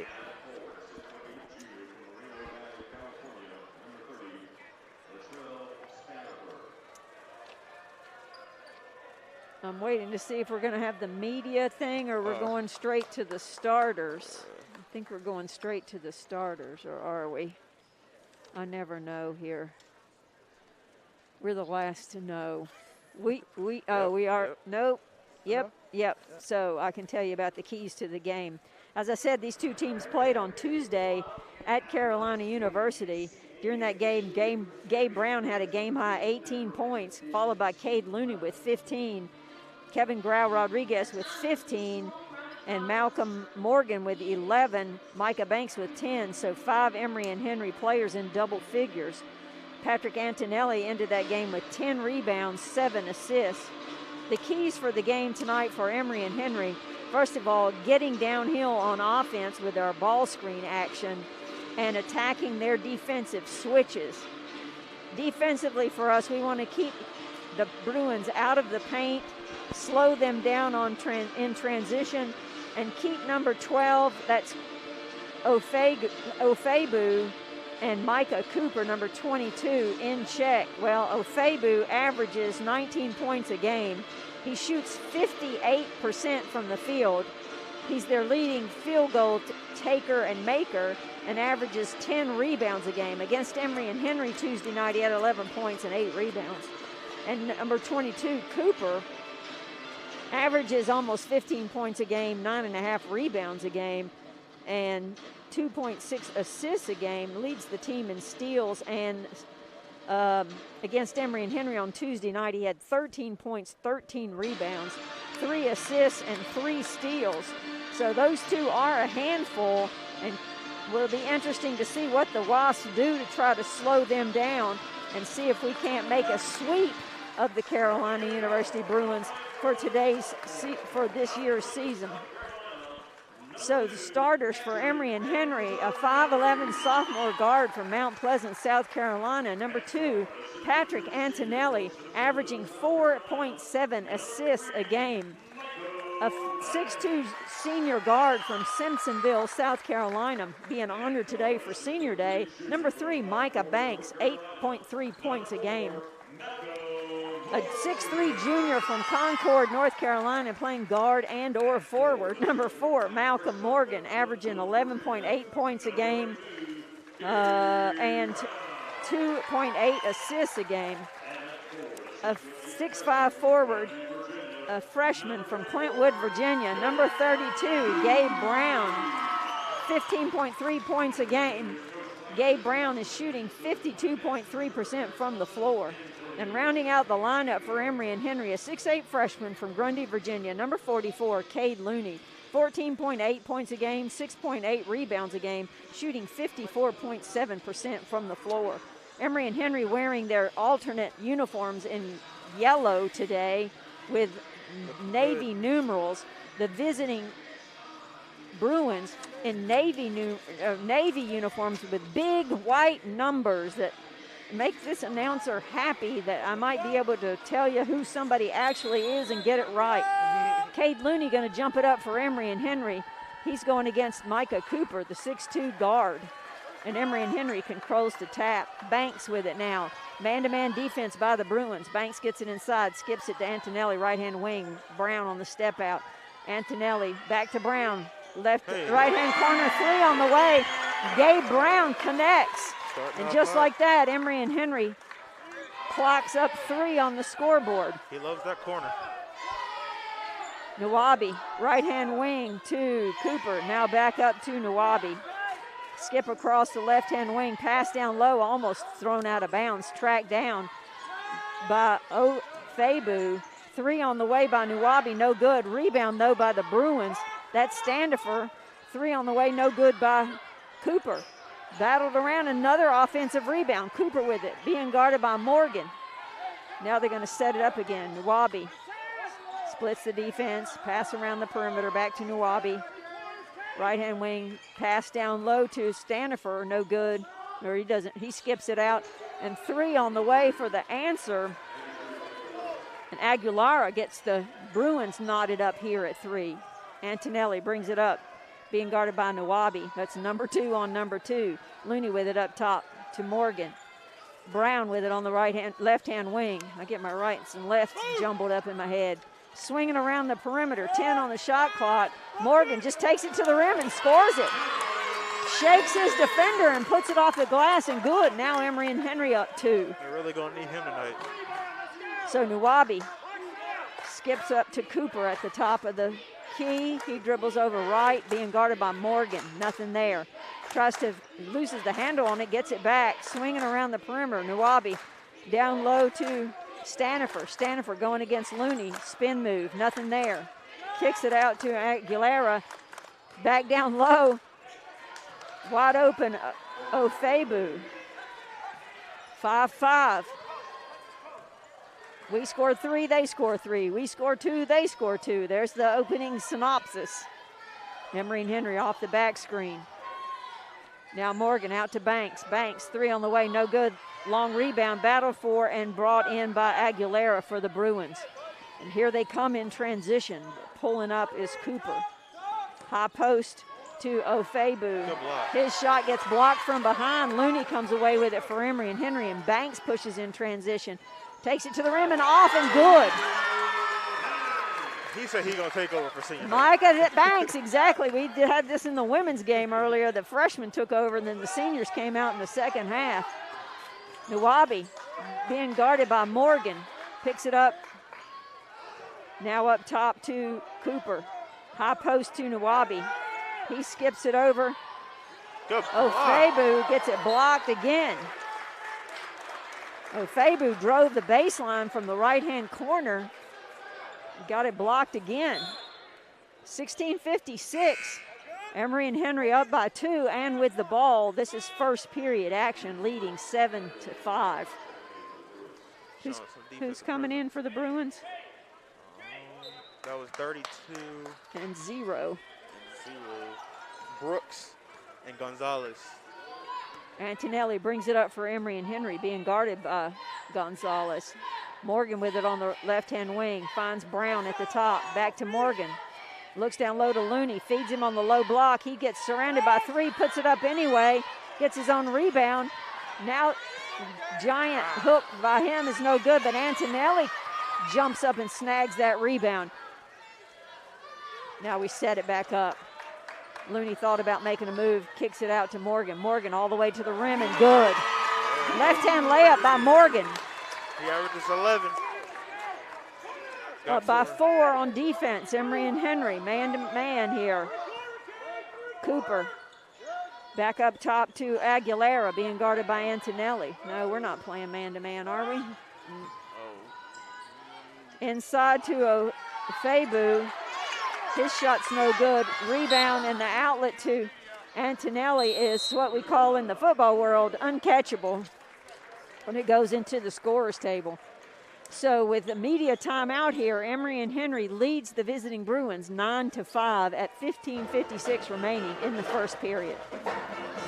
Support for WEAC and E&H Wasp basketball comes from People Incorporated, believing that every person needs support from others. People Incorporated promotes the dignity of individuals and families, moves people into the economic mainstream, and works to develop existing strength and resources within communities. For more information about assistance with community development, education, employment training, family services, financial services, or housing, contact 276-623-9000 or peopleinc.net. All the efforts of People Incorporated are directed by the concerns, hopes, needs, and dreams of the people served. Emory and Henry basketball is brought to you with support by First Bank and Trust, offering mobile banking, Apple Pay, remote deposits, and more. Serving you with free checking since 1979. Member FDIC and on the web at firstbank.com. Well, to start the game, I don't know why every time we start a game, we don't give it to Gabe Brown in the right-hand baseline, because he's just money from there, and he connected on that first possession. And then since then, Malcolm Morgan has driven left twice and gone 2 for 2, taking it off the backboard on a strong drive to the basket. And that gives Emory and Henry the 9-5 advantage in just over 4 minutes of play. It'll be Bruins ball here with 20 seconds on the shot clock. Gonzalez picks up his dribble, skips it over to Williams, who enters the game at that timeout. Cooper down low, can't get anything to go, misses everything. Drive in is Aguilera, now back to Gonzalez. He's inside, he gets it stripped away by Morgan. It was gonna be a shot clock violation, and that's what they're gonna call it, even though Morgan was about to take it away from him. So I think they came out of that timeout, Brandon, and didn't realize they had 20 seconds left. No. Emory and Henry up 4. Man-to-man defense here by the Bruins. We go off a double cutters off the high post. Morgan had it up there. Now Looney skips it to Antonelli. Back to Morgan up top. 15 on the shot clock. Moved by Morgan, skipping around. Brown, 3 from the left-hand corner. That one's not going to fall. And Aguilera comes away with the rebound for the Bruins. Gonzalez with it on the right-hand wing. Nothing there. Back over to Aguilera. Down to the left-hand wing. Down low to Ogafe. Ofebu. I'm going to get some 3 syllables. They may not be the right ones. Scoop shot by Cooper, no good. And Looney with the rebound. Antonelli in transition. Oh, I thought he was going to see that back cut. There's Looney for 3, no good. Oh, it's the trailer there. And Cooper comes in transition. He gets cut off by Morgan. Gonzalez setting up the offense here. Trailing by 4 with the ball, the Bruins. Step out on the perimeter is Cooper. Driving baseline is Williams. And reverse layup by Williams is good. 9-7 Emory and Henry's lead. 14-18 first period. And there are, as my technical term is, a gob of subs in front of us waiting to come in. Brown pulls the trigger again. No good. It hits the top of the supports. And it'll be Bruin ball. Well, for this gob, we got Monahan, Jacob Morgan, and Rodriguez coming in. 9-7 is the Emory and Henry advantage. 14:08 remaining in the first period. Gonzalez, a 6'3" freshman from Montclair, California, bringing it up for the Bruins. Swings to Ofebu in the right-hand baseline. Now back around the perimeter and now back. Ofebu with it. Gives it to Gonzalez. He gets it in the paint, spin move. He gets double teamed, nothing there, but it bangs off the backboard. But Rodriguez steals the rebound away and comes down in transition. Banks penetrates inside. Malcolm Morgan, 3 on the way, no good. And in the fray down there, as Moynihan was battling for the rebound, he hits the deck. That'll be a foul on that play. 32, foul on 32. Brooke, his first, team first. Wasps with the ball underneath their basket. Box set into Moynihan. Swings to Banks. Banks to Morgan, Malcolm Morgan. Oh. And that's a walk. When we have 2 Morgans in, I'll have to give you which Morgan is which Morgan. We have Jacob Morgan in 22, Malcolm Morgan number 4 in for Emory and Henry. We're at 13-27. 2-point Wasp lead as they are on defense here. Gonzalez, top to Cooper. And as he tried to drive on Malcolm Morgan, loses the ball out of bounds. Emory and Henry is coached by Ben Thompson. In his 3rd season, his assistants are Matt Spencer, Khalil Shaker, and Rick Thompson. Rodriguez brings it down. Gonzalez is on the other team. They're both wearing 0s. Moynihan tries to make a move, goes about 5 times to try to pivot, gets nothing there. And the rebound by Cooper is taken away, and that fast break pass It's like playing dodgeball with the cheerleaders. They all moved out of the way so nobody got out on that one. But that one was in the mats. 9-7, Emory and Henry retains this 2-point lead. Rodriguez brings it down, being guarded by Nawabi. Now give and go to Morgan on the left-hand wing, and Rodriguez cuts to the basket, but it gets batted out of bounds by the Bruins. We got Antonelli and Gabe Brown coming in for Micah Banks and Malcolm Morgan. So everybody's had a refresher break on the bench. Into Moynihan. Moynihan tries to work against his man, kicks to Antonelli. Over to Rodriguez, 3 on the way, no good. Rebound, battle for Brown was over their back. Oh man, Antonelli mixed up in that transition and caused the turnover. And Rodriguez takes it inside, doesn't have anything, hands it off to Moynihan. It gets batted away from behind as he goes up with it. Ofebu finds Cooper in the corner, 3 on the way, and he drains it. So now 1-point lead for the Bruins, 10-9. 12:09 remaining first period. Antonelli sets up the offense against man-to-man defense. Moynihan comes up for the ball screen. Rodriguez now on the right-hand wing, back to Antonelli. He gets it inside, kicks it to Brown. Tries again, Brown cuts with it, loses the handle. Up ahead in transition is Cooper. Cooper lays it up for Ofebu. 12-9 is the Bruin advantage, 11:42 in first period action. Those are the two players they got to keep in check. And there's Rodriguez spotting up for 3. He knocks it down. We're knotted up at 12. Nawabi. Down low to Brooke. Skips it out to Ofebu. And Ofebu is living up to the billing. He averages 19 points a game. Was that a 3? He's got 7 right now of their 15. Antonelli goes off a ball screen by Moynihan, picks up his dribble, kicks it out to Jacob Morgan. Back to Morgan. Morgan drives baseline floater, no good. Rebound battle for, and it's going to be off Emory and Henry, out of bounds.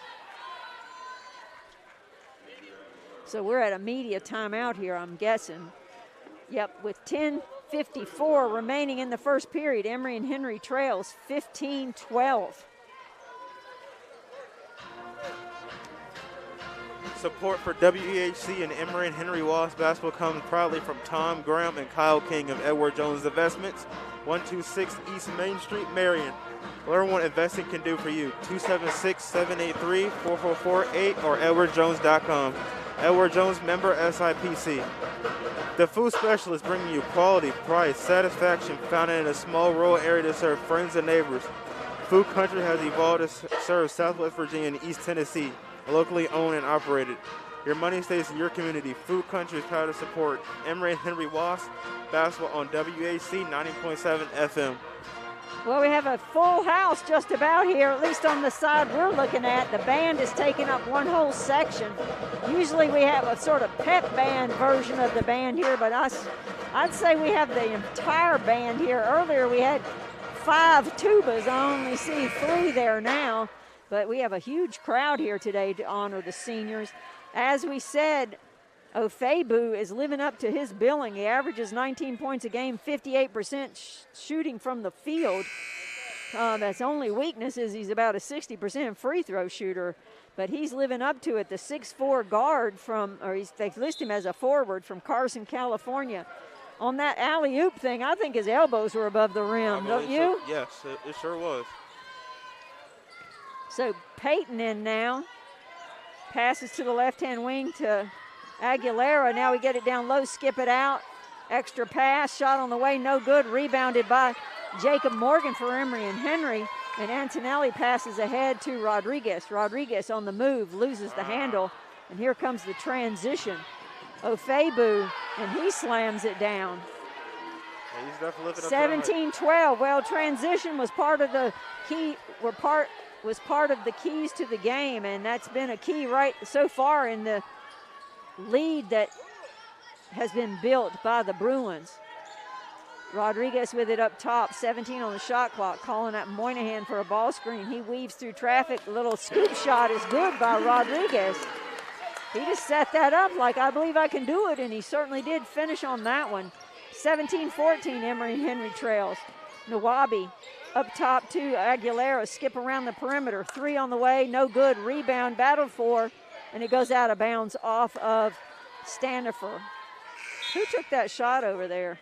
That Do was, you know? Ofebu. It's easier if you don't even look at how it's spelled. I know. Just tell me how to say it. Maybe I'll get it right once every 50 times. 20 on the shot clock. Ball out of bounds. That's got to be 5 seconds. Now up top to Peyton. Skip to the perimeter to Nawabi. His three's no good. Battle for the rebound. Gabe Brown comes out with it. Taps ahead to Antonelli. Jacob Morgan 3 on the spot up in transition from that right-hand baseline spot. And it's good, and we're tied up at 17. Man, that's a spot for Emory and Henry today. It sure was, and they're not doing anything the keys of the game. Peyton up top. Aguilera. It's on the left-hand baseline to Nawabi. Pass around the perimeter. 3 on the way by Peyton. No good. Rebound, battle for, and control by Cade Looney. Now pass up head to Rodriguez. Find Jacob Morgan.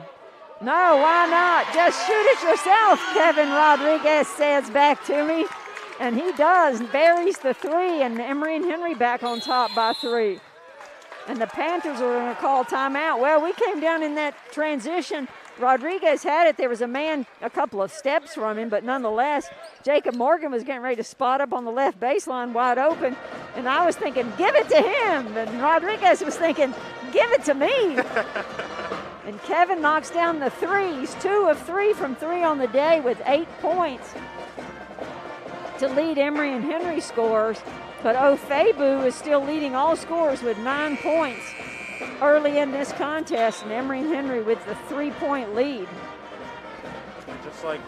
Just like that, our shooting's gone up from what it was before. It was about 20-something%. Now they done boosted up to 40. And also, they're gonna need all hands on deck for this one. Yeah, all hands on deck, and fortunately our deck has scored 11 points off the bench, and their deck has scored 2, so we're going to need all the decks we can get our hands on. We're at 8:51 in the first period. That's the first half of men's action, and the Wasps have the 3-point advantage.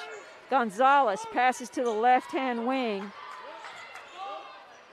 That's Cooper. He skips it over to Gonzalez at the right-hand wing, and Rodriguez dives down on top of that post feed, picks it up, gives it to Antonelli, who lays it off for Brown, but it gets picked off by Cooper.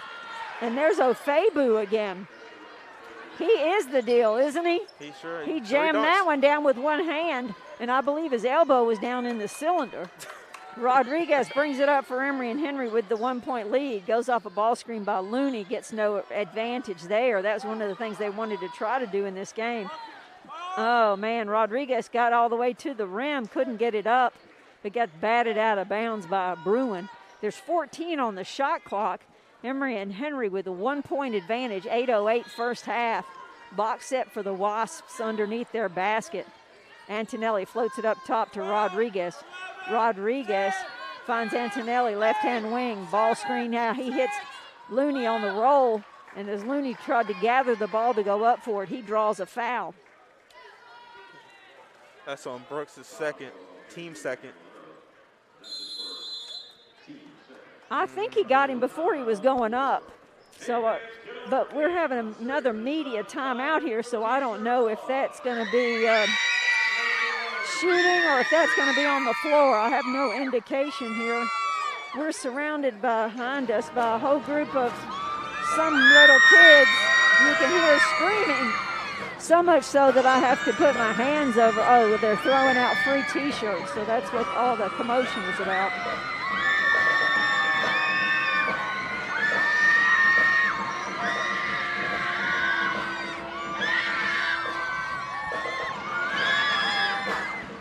I'm going to wait for the excitement to die down a little bit so I can hear myself between the band and the kids screaming behind us. I always thought it was a disadvantage to have the band on your end. The band needs to be on the end of the visitors, and if at all possible, behind the visitors' bench so their coach cannot hear during timeout.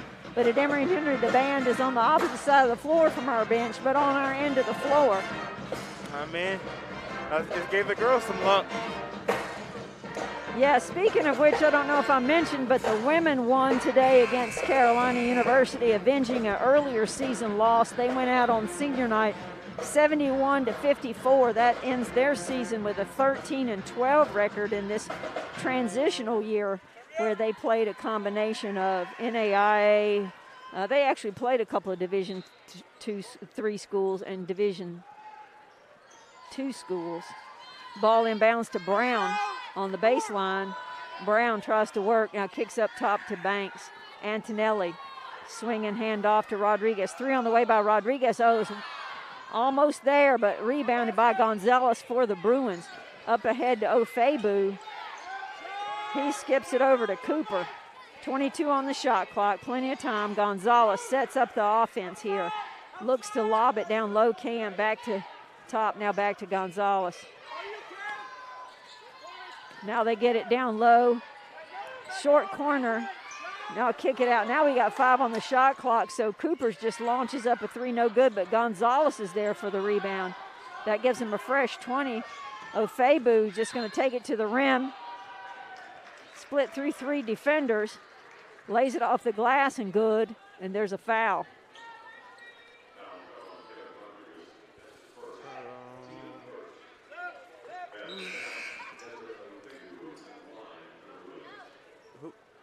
Well, Ofebu now has 13 points of their 21. And I get the idea, I mean, it's nice, like he skipped it around and played team offense, but I think he could just every time take it to the rim. He got surrounded by 3 or 4 Emory and Henry defenders on that one and still was able to finish and complete the old-fashioned three-point play.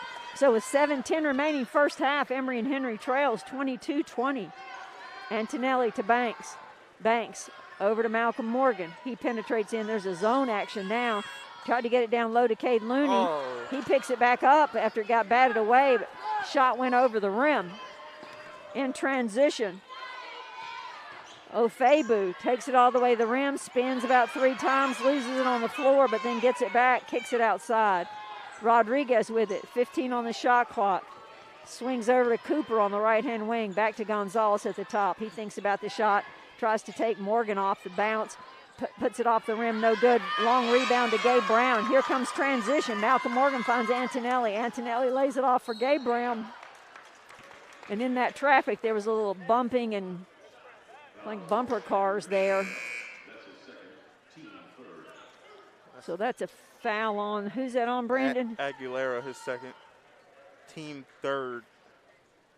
That sends Gabe Brown to the free throw line for his first trips of the day. Gabe Brown's a 6'5" freshman from Clintwood, shooting 82% from the free throw line. Knocks down the first one. Yeah, we're knocking on wood, people. You don't have to worry about us. We're not going to ignore the announcer jinx.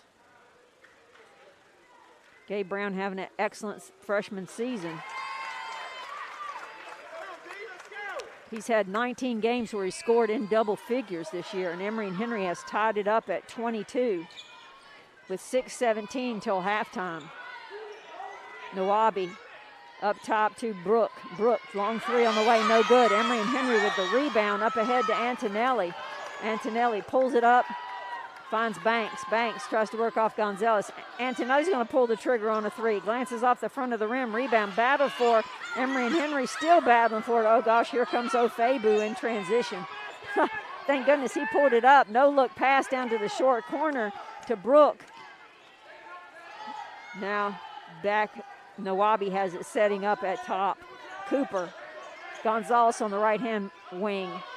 Swinging back around the perimeter. Try to get Ofebu down low, being guarded by Banks. Ofebu skips it over. Cooper all the way to the baseline. Ofebu skips, and they didn't get the shot off in time. That's a shot clock violation. but Emory and Henry comes out with it anyway. Banks has it poked away in transition. Here comes Nwabi with it, and he tried to alley-oop Ofebu, and it goes off the rim out of bounds into the Emory and Henry bench. Ofebu just not trying to stop dunking.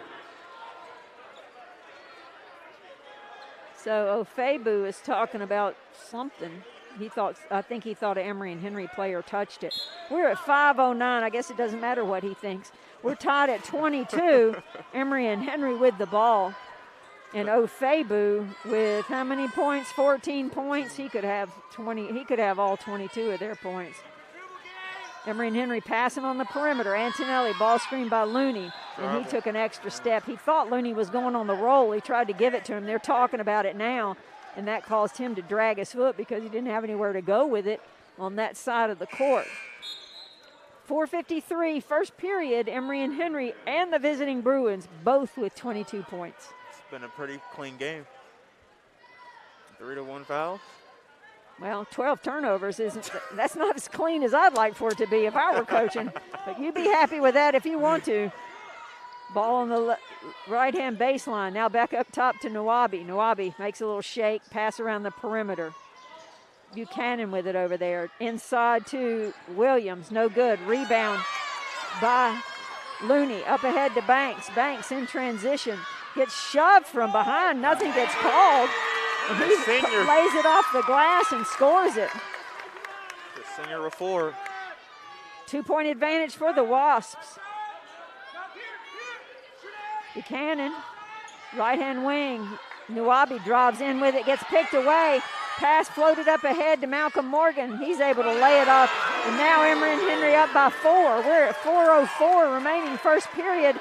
Transition defense. Defense has created transitional offense for Emory and Henry. Cooper with it down low to Standifer. Oh, that should be our ball.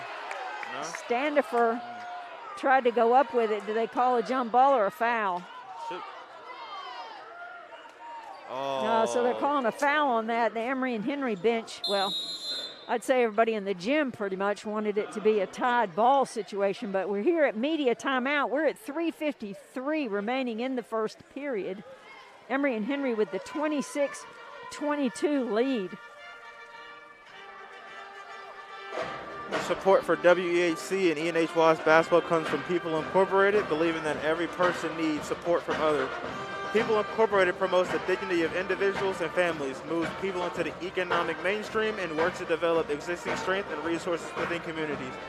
For information about assistance with community development, education, employment training, family services, financial services, or housing, contact 276-623-9000 or peopleinc.net. All of the efforts of People Incorporated are directed by the concerns, hopes, needs, and dreams of the people served.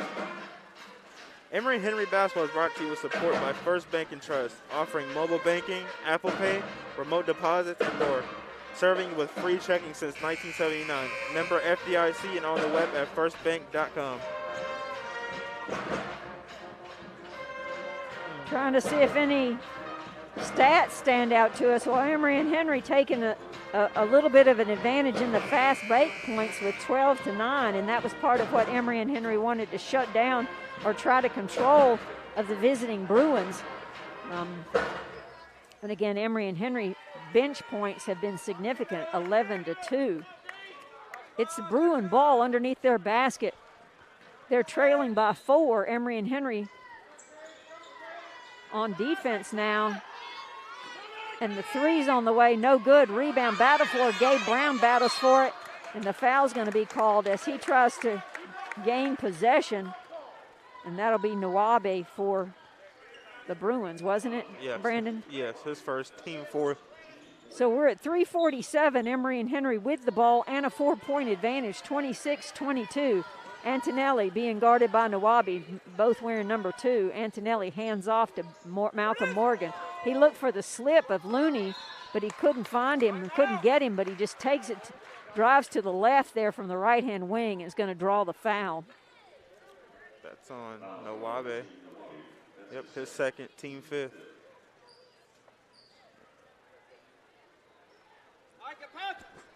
So that gives us a fresh 30-second shot clock underneath our basket with the ball. 3:35 remaining in the first half and a 4-point advantage. He's going to the line to shoot. That's what's going on here. So Malcolm Morgan will go to the free throw line to shoot too. These are his first free throws of the afternoon. The left-handed shooter's first free throw is going to bounce off the front of the rim. No good. He's a 68% free throw shooter on the year.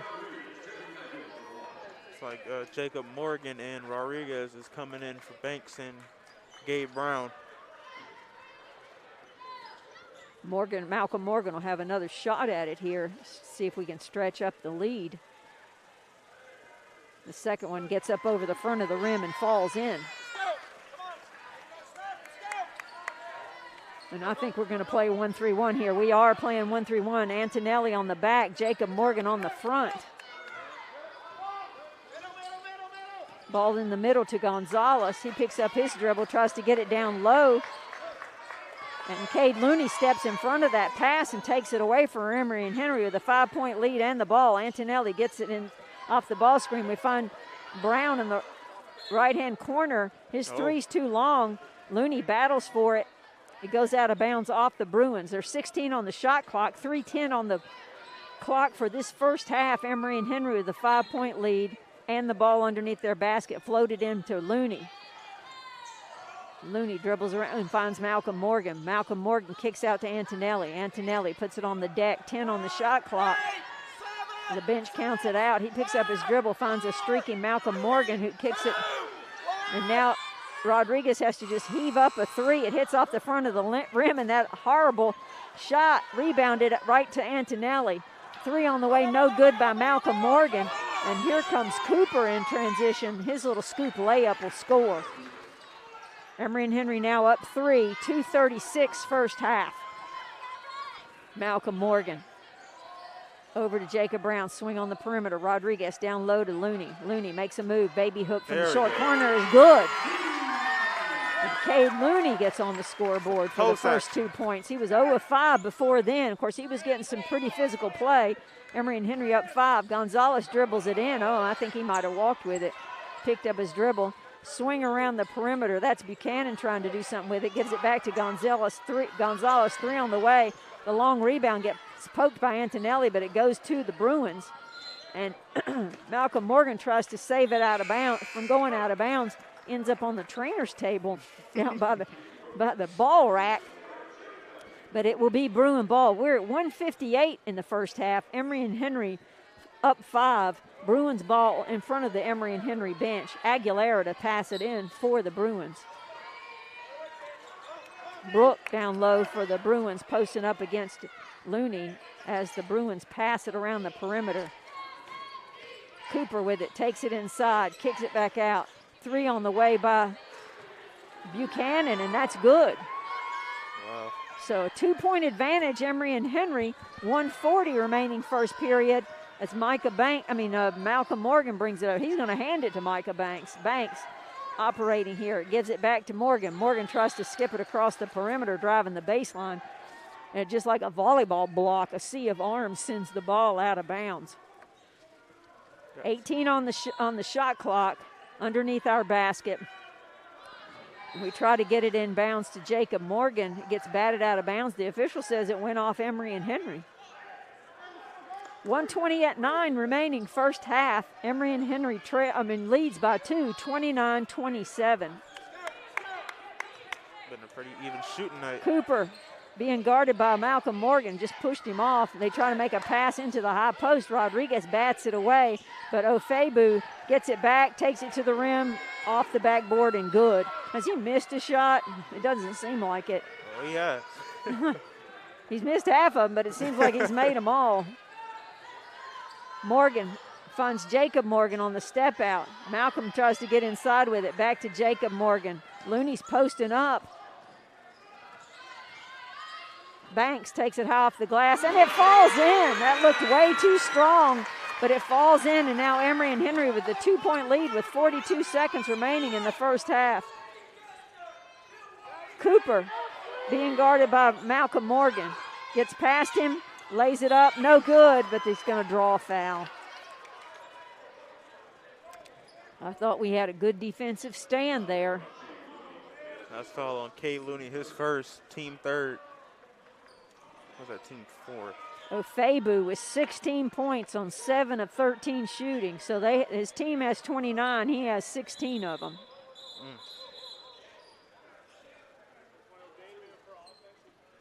So we have some sort of substitution violation, or no, it's not a violation, substitution mess up here. 2, 4, 6. Do they have 6 players on the floor? They sure do. Oh, that guy's standing down there. I thought he was on the court. Wasn't he standing this far enough out? It looked like he was on the court. But, I think it's funny how players come to the scorer's table from our bench and they tap the table by us, and we're on the very end. We're nowhere near the scorer. Nowhere near. And that's how they check into the game. So he connects on that first free throw, and the second one's no good. Emory and Henry controls the rebound. There's 32 seconds on the shot clock, so Emory and Henry can't run out this hold it for one. Well, they can hold it for their one, but not till the end of the buzzer. So they're trying to get a 2 for 1. And Malcolm Morgan gets it in, off the glass, no good. Rebound battled for, and I think the Bruins come away with it. They do. And in transition, Cooper tries to take it all the way to the baseline. He does, kicks it out. 3 on the way, and that 3 is good by Micah Cooper. 14 points a game, almost 15 points a game Cooper averages, and he hits the 3 right before the buzzer to send Emory and Henry to the locker room, trailing by 2, 33-31. So we'll send it back to the WEHC studios for some halftime entertainment, and then we'll be back in about 12 minutes to give you a wrap-up of the first half action. So for Brandon Cox, I'm Joy Scruggs. We're sending it back to you, Anthony, at the WEHC studios.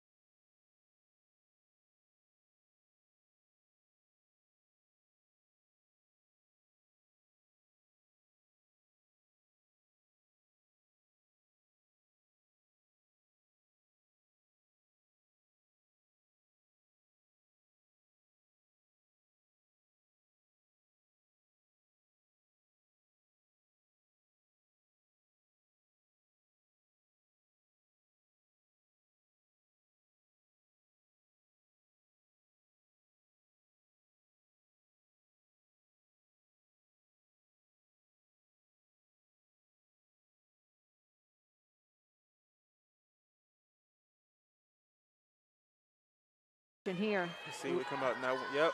Wait, no, they're coming out man. Yeah, they're man. Antonelli usually the back on the 1-3-1. Nawabi with it up top. Passes on the left-hand wing to Cooper. He gets it down low to Ofebu, who skips it out. Yep, maybe. A little hook shot, no good by Standifer. Emory and Henry battles around for the rebound. Looney ends up with it. Now we get a transition opportunity. Emory and Henry's not been bad in transition. Not at all. Oh, nice skip pass to Antonelli. 3 on the way by Antonelli is good. He gets on the board. Antonelli led the state of South Carolina's high school senior year in assists, but he also was a scorer that doesn't get the opportunity for much here with the teammates he has at Emory and Henry. Puts Emory and Henry up 34-33. Aguilera. Now Nuwabi's going to drain the 3 and answer just like that. So Emory and Henry now trails by 2 again in 1 minute of play. Posts up high for Antonelli. He feeds Gabe Brown, who takes it past his defender and lays it off the glass for 2. Tied up at 36. Nuwabi being guarded by Antonelli. Tries to get it inside, can't. Swing around the perimeter. Ofebu takes it to the rim, misses. Oh. We'll have to remember that one.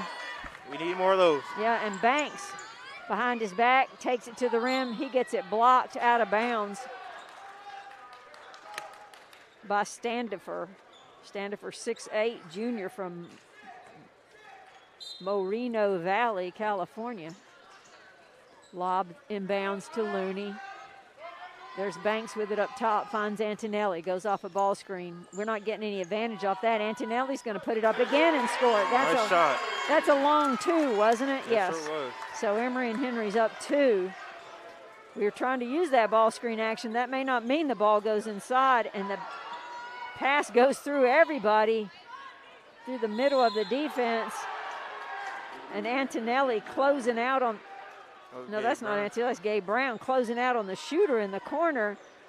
Just got out of control. Didn't mean to knock him down, I don't think, but he makes the 3, and it gets to go to the free throw line for the extra 4-point play. That sends Nuwabi to the free throw line. A 6-foot senior from Santa Clara, California, is a 79% free throw shooter and knocks that one down. That gives Nuwabi 7 points on the day, if they've updated that stat. Antonelli being guarded by 2, brings it up trailing by 2. High post to Looney. He faces up, looks for a backdoor cutter, doesn't get one. Antonelli goes off the ball screen by Looney, gets it inside, picks up his dribble, finds a cutting Gabe Brown, and the layup by Brown is good. Coach Thompson stands right in front of us, and he blocks out most of the court. That's backcourt. Tied at 40. Malcolm Morgan guarding Nuwabi. He gets the ball and his feet across and takes some of it back. He stuck his foot back.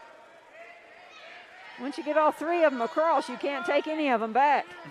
Antonelli with the ball up here. Tied at 40, 17-27. Looney now has it. Oh, he looks for Antonelli off that cut. That was the sleepy cut. That was a sleep cut. Sleeper. And Looney just kind of one-handed it down there. It looked pretty loose with the ball to me, but it doesn't matter. We scored. We're up by 2. Nuwabi being guarded by Antonelli.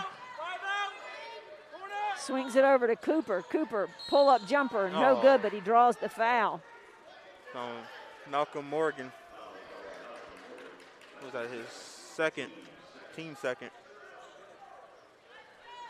Get some lead changes in here. So that sends Cooper to the free throw line. He's 1 of 2 on the day.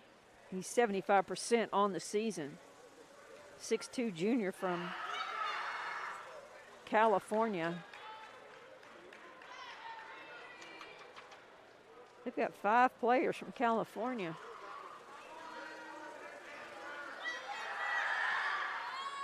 And he connects on the second one to tie us back up at 42. Antonelli almost loses the handle, gives it back to Gabe Brown as he's bringing it up the court. Now he brings it up. Dribble handoff to Malcolm Morgan, looking inside at Looney. gets it into the paint. Tries to have a little floater there and draws the foul. You know what? I could stand in my chair. Then I could see over Coach Thompson. That foul was on Ofebu. Yeah, but it's just his first, isn't it? First. Yeah. Yep. I was looking at that at halftime. Maybe we can foul him out. Well, no, it's going to be, we're going to have to get busy on it. We had a player foul out in the first half in the women's game for Carolina University. Morgan, the left-handed free throw is on the way and good. That's Malcolm Morgan. Malcolm's a 68% free throw shooter.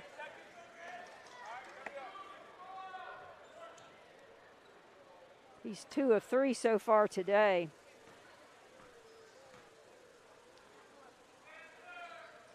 The second one is good, putting Emory and Henry back up 2. Gonzalez brings it up for the Bruins, being guarded by Antonelli. Tries to take it inside, gets it poked away by Antonelli. But it will remain Bruin ball. 16:40 remaining in the game. Emory and Henry up 2.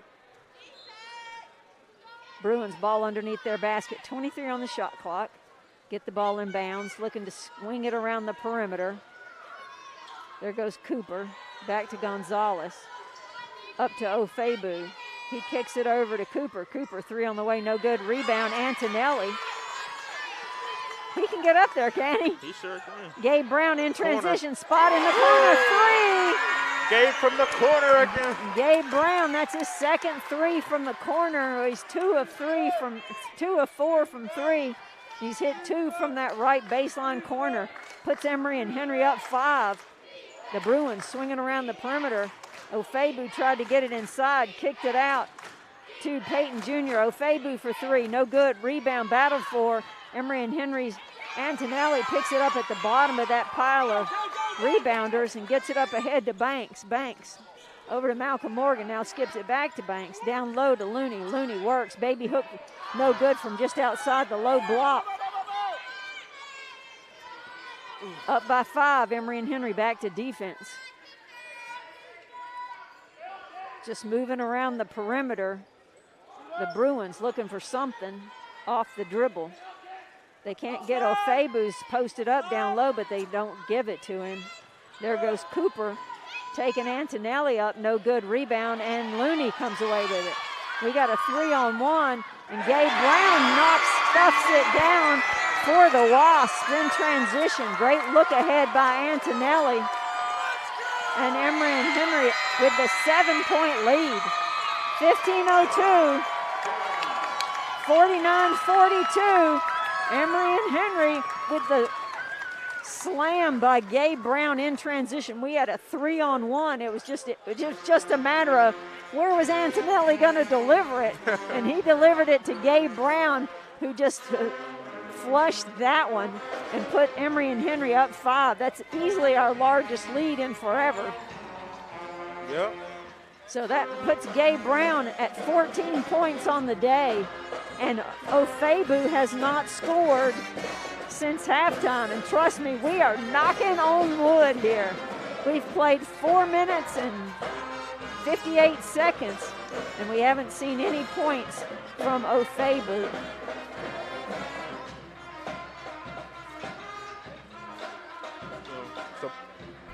Support for WEHC and ENH Wasp basketball comes from People Incorporated, believing that every person needs support from others. People Incorporated promotes the dignity of individuals and families, moves people into the economic mainstream, and works to develop existing strengths and resources within communities. For information about assistance with community development, education, employment training, family services, financial services, or housing, contact 276-623-9000 or peopleinc.net. All the efforts of People Incorporated are directed by the concerns, hopes, needs, and dreams of the people served. Coming out from timeout, we have Antonelli, Banks, Morgan, Malcolm Morgan, Brown, and Looney, the starters from the second half in there, and ball out of bounds for the Bruins. And Emory and Henry playing man-to-man, it looks like. Malcolm Morgan drawing the assignment of Ofebu. Got it at the corner. We're just skipping around the perimeter. 5 on the shot clock. And Cooper That's a tough shot. with a pull-up jumper over the defense scores 2 for the Bruins. 49-44. Antonelli sets up the offense.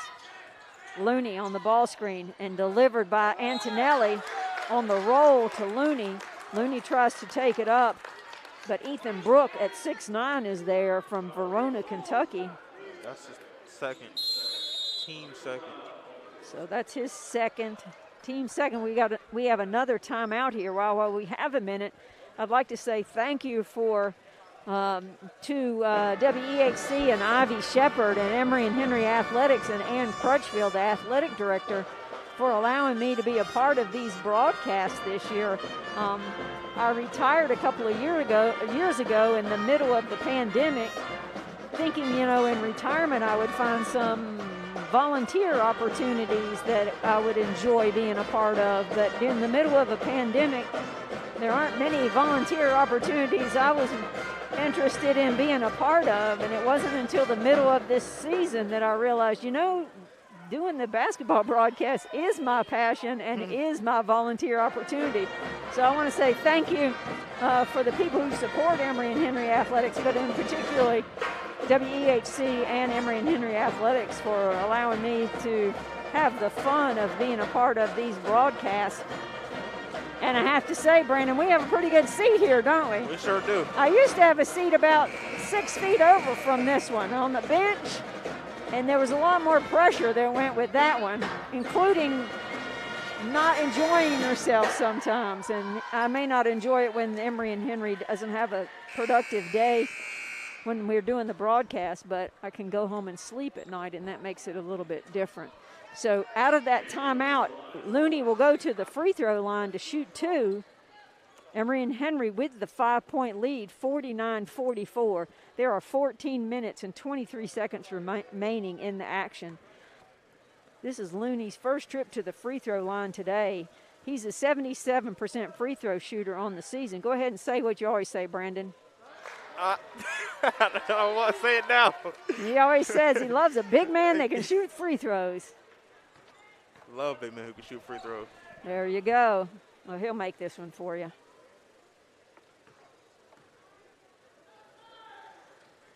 And he does. Emory and Henry now up. They didn't give us the point on that. I think we're up 5. Yeah, there we go. We're up 6. Around the perimeter it goes. Gonzalez doesn't want to shoot it from out there. He's open.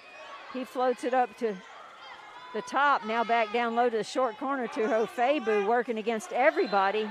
And he loses it out of bounds. He's going to draw a second defender easily every time, and that time he lost the handle on it on that spin move, and Emory and Henry will get possession. 13:57. We're up 6 here when they finally got the score straightened out. Antonelli delivers again to Looney on the roll, but it gets picked away, and in transition, Ofebu for dunk number 4. That's our unofficial stat line here. But he finally scored in the second half, and Emory and Henry's lead is now 4. Banks goes off the ball screen. Oh, he almost carried that one over. Back to Antonelli, gives it down to Looney. Looney gets it doubled from outside, gets it back to Antonelli. 10 on the shot clock. Malcolm Morgan, 3 on the way, no good. Gabe Brown skies for the rebound, but doesn't get it. And Cooper brings it down, and that 3 on the way goes down and back out. And everybody, I think, on the floor has touched this rebound except for the 3 people standing up. So we had 5 people on the deck, and everybody had a hand on it, and I don't know whose ball they're going to say it is. Fable looks injured. Oh, no.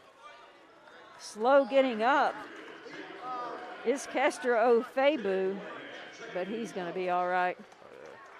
Like he's walking up, but Rodriguez, Jacob Morgan, and Jake Monahan are coming in.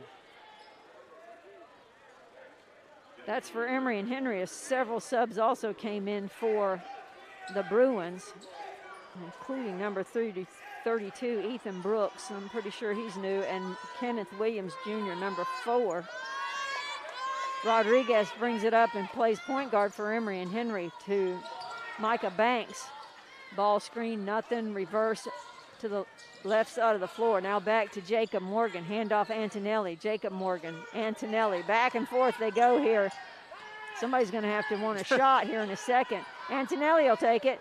Almost buries the 3, but Banks skies for the rebound, can't get it. And that will be Bruins rebound.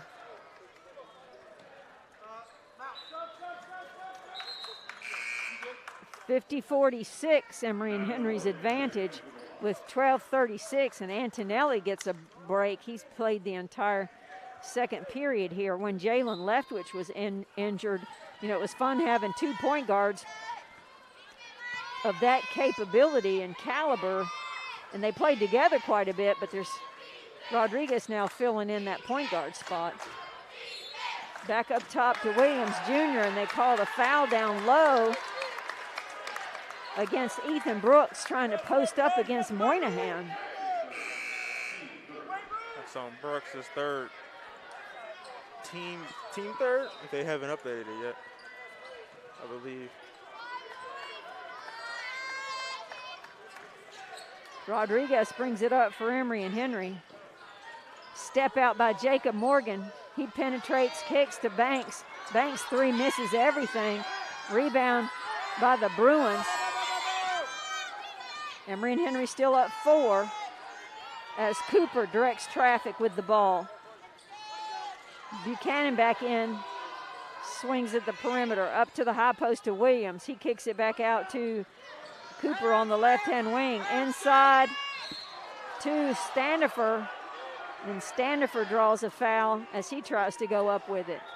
We're at 11:47, Emory and Henry up by 4.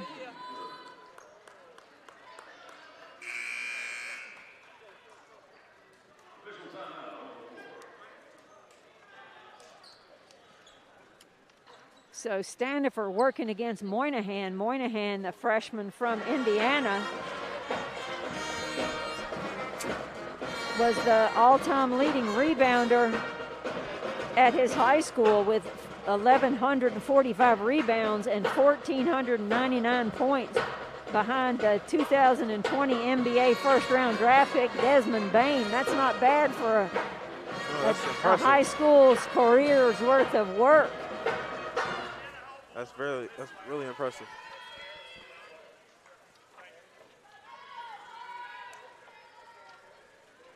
So we wanted to see what we could have happen here in the second half, quieting Ofebu. Well, he's had 2 points just on that transition. Like we said, we've got to cut down the turnovers and the offensive rebound, or get some offensive rebounds to cut down their transition opportunities. And we think it's easy to say the key to the game is to stop Ofebu and stop, no, who's the other one we're trying to stop? But Cooper's not really hitting, but yeah, Cooper, but he's getting to the line.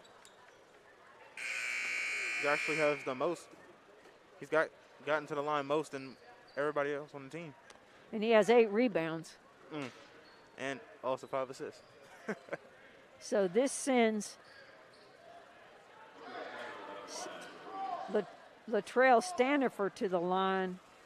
This is the first trip to the free throw line for him today. He's a 61% free throw shooter, and that first one looked nice, but it banged around and came out. 11:47 remaining in the game. Emory and Henry up 4 as we await the second shot by Standifer. He's a 6'8" junior from California. Second one bangs off too hard, and Emory and Henry boxes out and comes away with that one. And Rodriguez sets up the offense for Emory and Henry, going against man-to-man defense this whole game. Handoff to Banks, left-hand wing. Ball screen by Jacob Morgan on the step out. Now to Rodriguez, swinging around the perimeter. Malcolm Morgan with it now. He tries to drive baseline on the right-hand side and gets called for the travel. That's one thing we talked about. You got to stop the turnovers. That's 10 turnovers now for Emory and Henry. Well, 12 by the Bruins. So it's not a huge disadvantage. But if you're trying to win a game, take care of the ball, as every coach in America, no, every coach in the world says. Emory and Henry in man-to-man defense. Nawabi being guarded by Rodriguez. Sets it up. High post is Standifer. He steps out. We're not going to guard him out there. He dribble handoff. Oh, Ofebu's going to drain the three with Cooper. Defense. And that was Cooper. That's 11 for Cooper. I just saw it too. So that's 11 points now for Cooper. Emory and Henry, ball on the left-hand wing. Now on the right-hand side, we pass it over to Jacob Morgan in the corner, and it goes out of bounds. There's a turnover. One of those unnecessary turnovers, as Coach Dickens called it one time. And Emory and Henry now with the fragile 1-point lead on defense. Cooper being guarded by Banks up top. Over to Anguilera.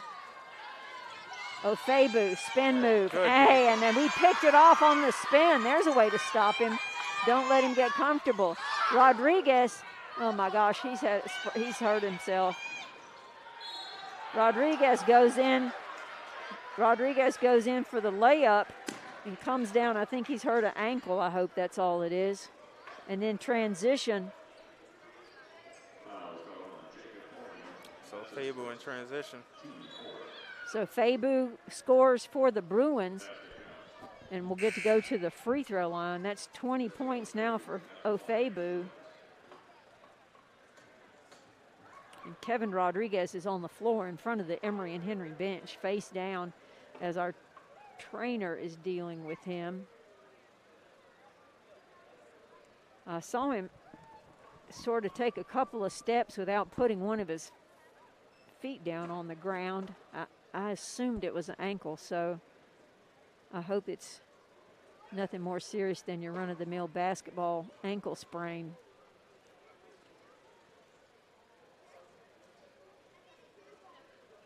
So they're getting him up. And Coach Rick Thompson is sweeping the floor. Some days we have a ball girl boy to do this job, and sometimes Coach Thompson takes the broom handle by the horns. Broom by the handle, as I guess they say. And Emory and Henry with the fragile 1-point lead is gone. We're trailing by one now. And Ofebu goes to the free throw line. He's 1 for 1 on the day for his 20 points so far. He's a 60% free throw shooter.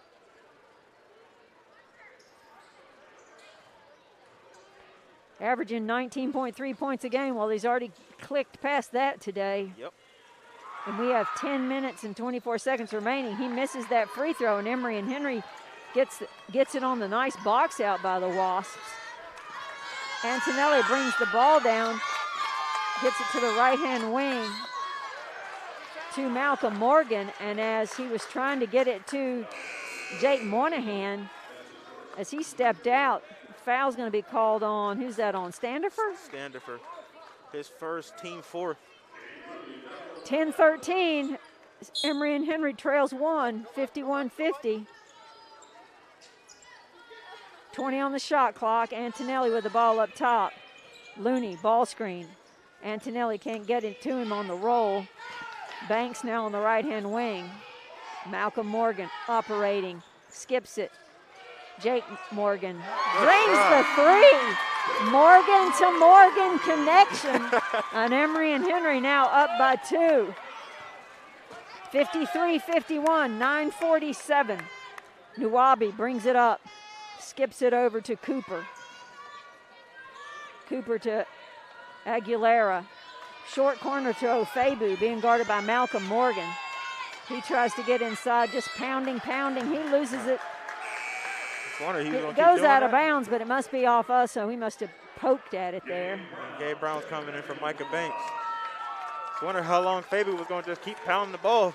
Really, and how long can you just put your shoulder into somebody and work your way? Well, Michael Jordan made a career out of that. So shot fake and shot goes up. It's missed by Aguilera, but the Bruins track down the offensive rebound. Here's Cooper for three, no good. Rebound, battled for, and it hits the deck and comes out to the top to Nawabi. Nawabi being guarded by Malcolm Morgan now. That three's no good. Rebound, battle for, and Jacob Morgan trying to rail it in. There's going to be a foul called on somebody. Standifer. That's 3 on him all of a sudden, isn't it? Just a second. Just 2. He had 2 in a flurry. That made me think maybe he had 1 left over from before. 9:05, second half action. Up by 2, 53-51. Emory and Henry with the ball. That should be team foul number 6 now, shouldn't it? Looney with the ball at the high post. Oh, he finds Brown down low. No, that's Jacob Morgan down low. Puts the shot up, gets it blocked away. The rebound comes out with it. Shot on the way, Aguilera. 3 from the baseline. And that puts the lead back by 1 to the Bruins. Malcolm Morgan loses the ball on the floor, dives to get it back, and they're going to call a foul on him. So he was trying to control the ball. It got batted away by Nawabi, who got control of it, and then trying to poke it away before he could get away with it. Malcolm Morgan.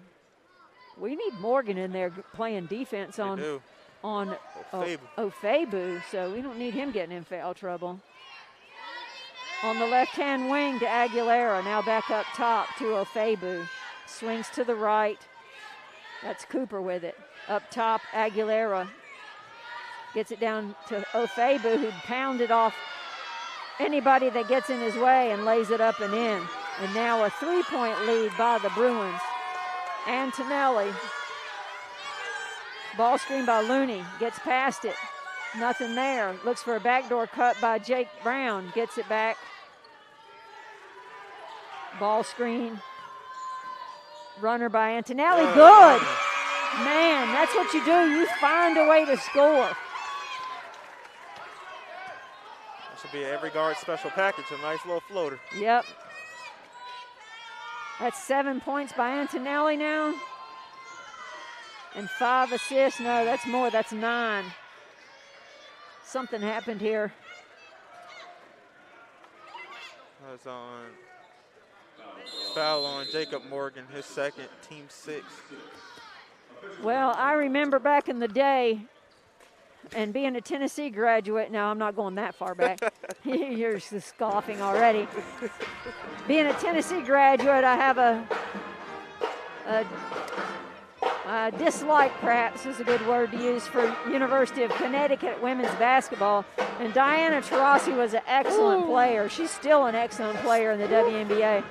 And Gino Ariama, the coach, would say, you know, well, we have Diana and you don't. And basically that was the difference.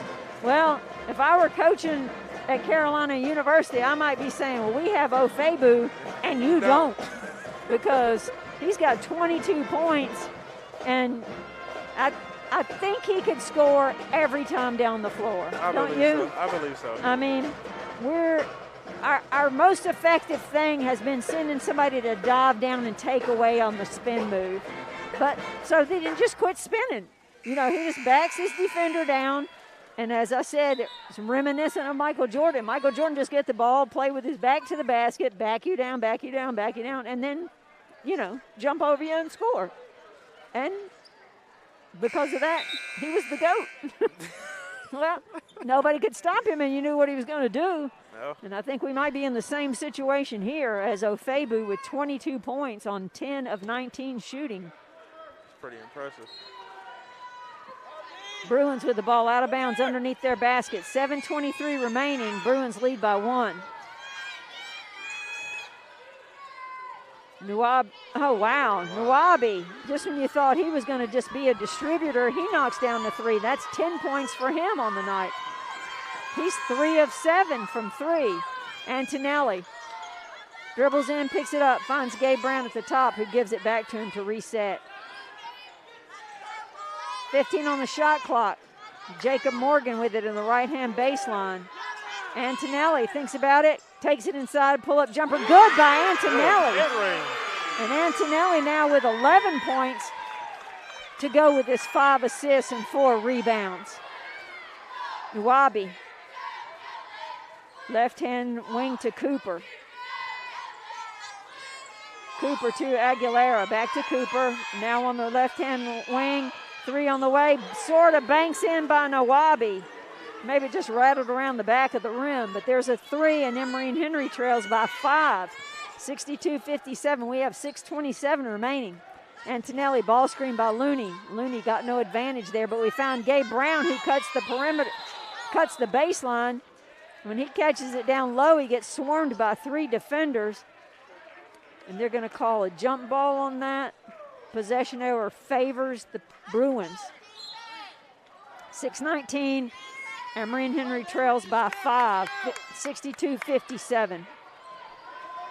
Nwabi brings it up. Left-hand side to Cooper. Cooper back to Nwabi. Nwabi penetrates, kicks it. There's dunk number 5 now for Ofebu. 64-57. Banks gets it inside, kicks it out. Back to Banks on the right-hand baseline. Antonelli with it. Jacob Brown, 3 on the way, no good. Rebound, battle for him. Banks comes out with it. Great effort by Banks. Banks makes a move, goes to the rim. Oh, and it won't fall. But he draws the foul. Like Banks being aggressive on that possession. And that's foul on, was that Brooks? No, that was on 22. That's Cooper, his first. That sends Micah Banks to the free throw line. First trip for the night or afternoon for Banks. Playing on his senior day. First shot is good. That cuts the Bruin lead to 6. 5:37 remaining. Games like this, I wish we could just play till we're ahead. Yeah. You know, don't play the 5:37. We're down 6. Play till Emory and Henry's ahead and then sound the final horn. Oh, second shot by Banks is down and got another possession.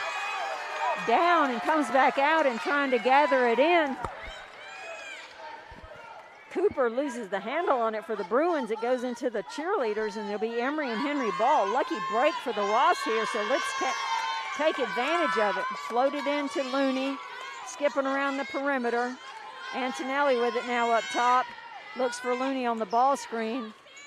Skip it over. Gabe Brown spots up for 3, no good. Rebound taken away by the Bruins. Gotta get back. Down by 6. 5:15 remaining. Emory and Henry on defense. Handoff to Cooper. Cooper sets it up, being guarded by Malcolm Morgan. He takes it all the way to the rim. Man, he could have scored that. Kick it out to Nwabi. Side dribble, and Nwabi 3, no good. Rebound, battle for Antonelli, comes away with it and rips it away when Cooper tries to tie him up. Antonelli takes it in off the glass, no good. Banks is there for the tip-in. That's a senior. 64-60, Emory and Henry down 4. 4:41 remaining. Nwabi being guarded by Antonelli. Up top to Cooper. Brown guarding Aguilera. Now down low. They try to feed it down low to Brooke. And they call a foul on Looney. Well, Brooke did hit the deck. Something had to happen in there. I think he flopped. Flop on offense. We don't get that very often. That's just the second foul on Looney. That sends Brooke to the free throw line. His first trip of the day. He's scored 3 points so far on a 3-point shot, which is not what you'd expect from the 6'9" forward. He's a 59% free throw shooter. So let's hope he shoots on the low end of that. 4:27 remaining. And that one he misses. Morgan with the rebound. Brings it up. Yep, that was a great, smart play by Morgan. He was being ridden down the floor by Cooper. That's his And second. instead of holding up, he just kept attacking. because Emory and Henry goes to the free. Well, both teams have 7 team fouls, so we're shooting at least 1-and-1 with every foul opportunity from here on out. We're at 4:23 remaining in the game. Emory and Henry trails 64-60. Malcolm Morgan with the chance to slice into that deficit, and he does. That's 10 points today for Morgan, making him 4 of 5 from the free throw line today. And hopefully we can make this 9 for 12 from the free throw line. And he connects on the next one. And Emory and Henry now slices that deficit to 2. 4:21 remaining. Oh, gosh. Gonzalez almost lost the handle on that. Step out to Aguilera. Now to Ofebu. High post to Stanifer. Back up top to Cooper. Gonzalez looking for Ofebu down low. Ofebu kicks it out.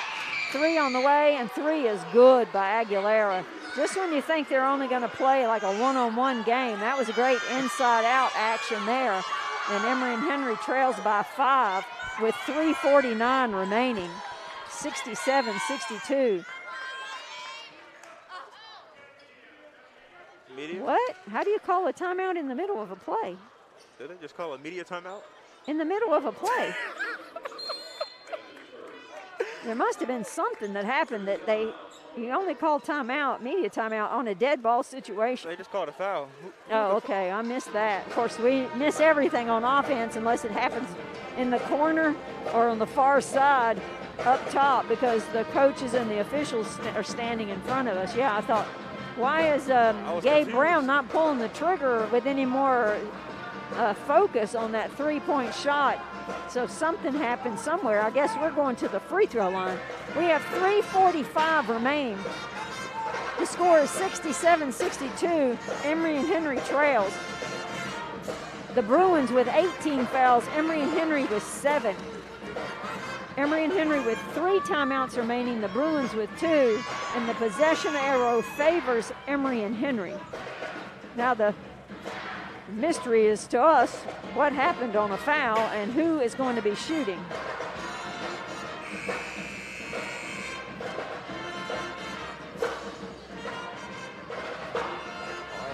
All I know is the foul was on Aguilera, and that was his 3rd.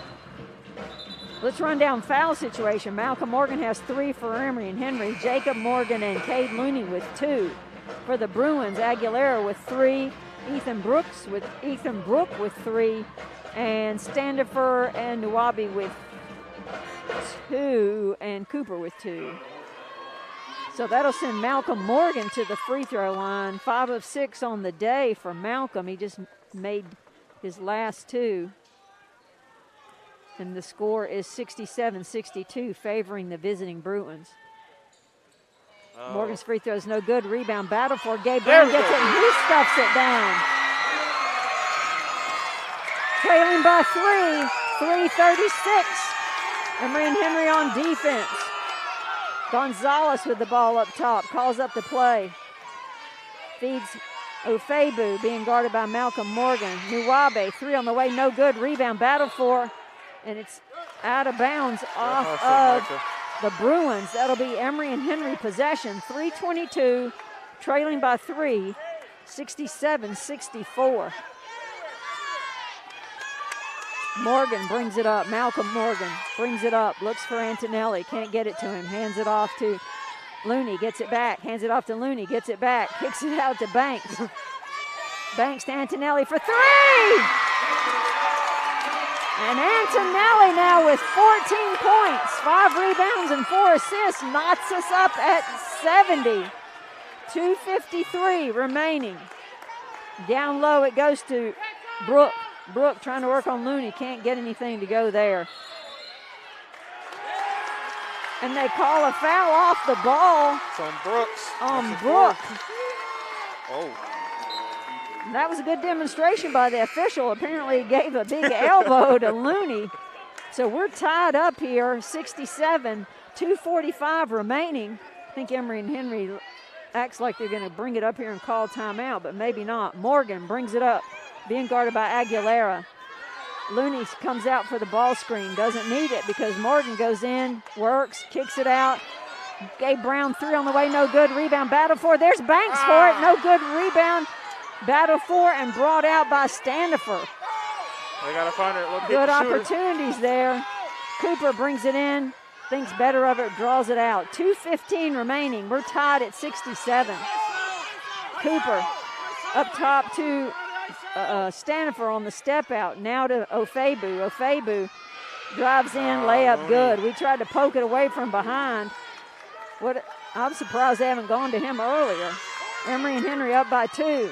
Malcolm Morgan working on his guy. Cleared out everybody, trying to get inside. Does. Floater by Morgan, no good, and there's nobody there for the rebound. That's the problem with the clear out. So Emory and Henry trailing by 2. Got to get his hands off him. Trailing by 2, 1:40 remaining. Here goes Ofebu. Nope. Oh, he got it blocked away by Brown, and they're going to call a charge. Man, that was a great play by Gabe Brown. Gabe Brown blocked Ofebu as he went up. They're going to call him for a charge. Unfortunately, that's just his second foul. But that sends us to a timeout here. So with 1:34 remaining, Emory and Henry calls timeout. We're trailing by 2, 69-67. I wish we had advanced stats. I'll tell you how many blocks Gabe Brown got. I think he has maybe 2. Yeah, we have a limited amount of information we can tell you here. So to recap, Emory and Henry with 2 timeouts remaining. The Bruins with 2. The Bruins with 10 team fouls. So Emory and Henry shooting 2 from here on out. Emory and Henry with 17 fouls will send the Bruins to 1-1 with any subsequent fouls. The possession arrow still favors Emory and Henry. It'll be Emory and Henry ball on the end line. In for Emory and Henry is number 2, Antonelli, 32. Gabe Brown with that excellent block, even though the charge got called. What a block. What a block. Cade Looney, number 44. Malcolm Morgan, number 4. And Micah Banks, number 3. For the visiting Bruins, number 30, Standifer. Number 0, Gonzalez. Number 12, Ofebu. Number 24, Aguilera. And 22, Micah Cooper. Antonelli brings it up for Emory and Henry. Antonelli crosses over, gets it to the corner to Malcolm Morgan, back to Antonelli up top. Antonelli calls for Looney. Looney lobs it in, gets it batted away. And the Bruins come away with it. Cooper loses the handle, being guarded by Morgan. Cooper, oh my, that's an offensive foul. He wrapped his arm around him. That's crazy. So to get around him, Cooper just wrapped his arm around Malcolm Morgan, but they called a foul on Malcolm Morgan. Malcolm got to be careful. That's his 4th. So 1:03 remaining. So that sends Micah Cooper to the free throw line. The 6'2 guard from California, 75% free throw shooter. He's 3 of 4 today. Due for a miss. That's all I can say. Please. Emory and Henry trails by 2, 69-67.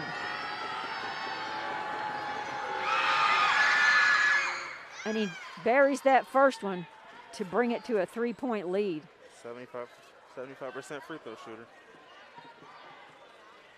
4 for 5 tonight. You do a miss.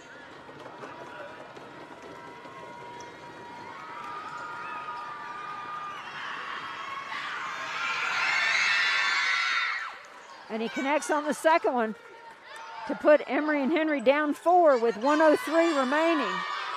Malcolm Morgan with the ball up top for Emory and Henry, trailing by 4. Gabe Brown with the ball screen. Morgan to Antonelli on the left-hand wing.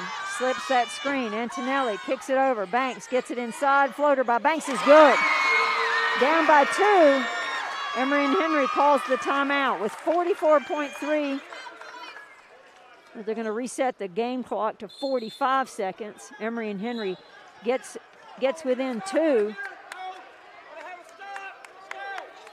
And Coach Thompson calls a quick timeout, huddles his team. gives them some instructions, and sends it back on the floor. So Malcolm Morgan's up on the ball. Looks like we're playing man-to-man full court here. They got to locate 24, 22, and Ofebu. Get the ball inbounds to Aguilera. Being guarded by Antonelli. 37 on the game clock, 21 on the shot clock. Aguilera doing nothing but dribbling. He finds Gonzalez in the corner. Gonzalez does not want to take the shot, and he hasn't all day. Down low to Ofebu. Ofebu, that's an offensive foul. And they called an offensive foul. Oh, man, that's a gutsy and a correct call by the official. Ofebu, as I've said, all game's been lowering his shoulder. Well, that time he lowered his shoulder. That's his third. And he sent Malcolm, did he say it was a Malcolm guarding him? Malcolm Morgan to the deck. So Emory and Henry, we need the mop squad, Coach Thompson. So we're at 21.7 seconds remaining. Emory and Henry trails by 2, 71-69. That isn't putting us in. Emory and Henry shooting 2 on any subsequent foul. The Bruins shooting 1 and 1. 2 timeouts remaining for Emory and Henry, 2 for the Bruins. Let's see what they go for Gabe here. Brown to bring the ball in bounds, gives it to Micah Banks. Which one you Banks taking, Coach? Brings it up. Ball screen by Looney. Banks finds a backdoor cut by Malcolm Morgan. He got the ball stripped away. Somebody's got a foul. So it was a great look there. Good play. Banks brings it down, dribbled, and Morgan cut the baseline backdoor. But when he received the pass, it got tied up right away by Andrew Aguilera. That sends Malcolm Morgan out, fouled out. Jacob Morgan comes in for him. So 10.7 seconds remaining. Emory and Henry down by 2, 71-69. That sends Micah Cooper to the free throw line. Cooper, 13 points on the night, 5 of 6 from the free throw line, 75% free throw shooter. Emory and Henry with 2 timeouts remaining, and he misses that first one. And Emory and Henry gets the rebound, and Antonelli with the ball gets it batted away. And there's and Antonelli, as they go up for the layup, Antonelli goes up and gets. Are they calling it goaltending, or what are they calling that? I think they're going to. I don't know coaching women's basketball, I don't know the signal. Oh, they're giving us the ball. But are they giving them the points? What's going on? There's 1.9 seconds remaining. Emory and Henry on the scoreboard still trails by 2. What's going on? So did they? Oh, okay, no, they gave him and we have a timeout. I wonder why we're not taking it. Oh, because we're down by 4. They finally gave him the points for the why he didn't take the timeout? Why didn't he take the timeout when he had the ball the last time? So Emory and Henry now down by 4. I thought they signaled what I thought was the signal for goaltending. Antonelli skied up there. What happened was we got the ball in bounds, and in an attempt to pass ahead, who stepped in front of it? Was that Aguilera? Came in front of it, went to lay it up. Antonelli just banged it off the backboard. Well, if they had 2 timeouts left, why didn't they call a timeout when he had the ball in? Are you talking about us? Why we didn't call a timeout? Because I think we thought, why do we think we needed a timeout? We were trying to get down here and score. Well, there's 1.9 seconds remaining. Emory and Henry trails by 4. Unless they foul us on a 3-point shot, it's going to be a difficult challenge to come away with the win. I'm a little bit confused. And a signal of support, Micah Banks had his arm around Antonelli's shoulder. So he passed down low to Cade Looney, and it gets picked off by who? Ofebu. So in a revenge from the previous game where Emory and Henry won at Carolina University, 84-73, Carolina University pays us back with the 73-69 win against the Wasps on their home court.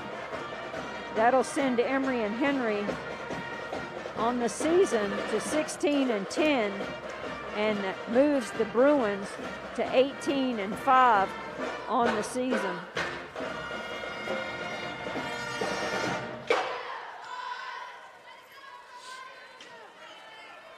So,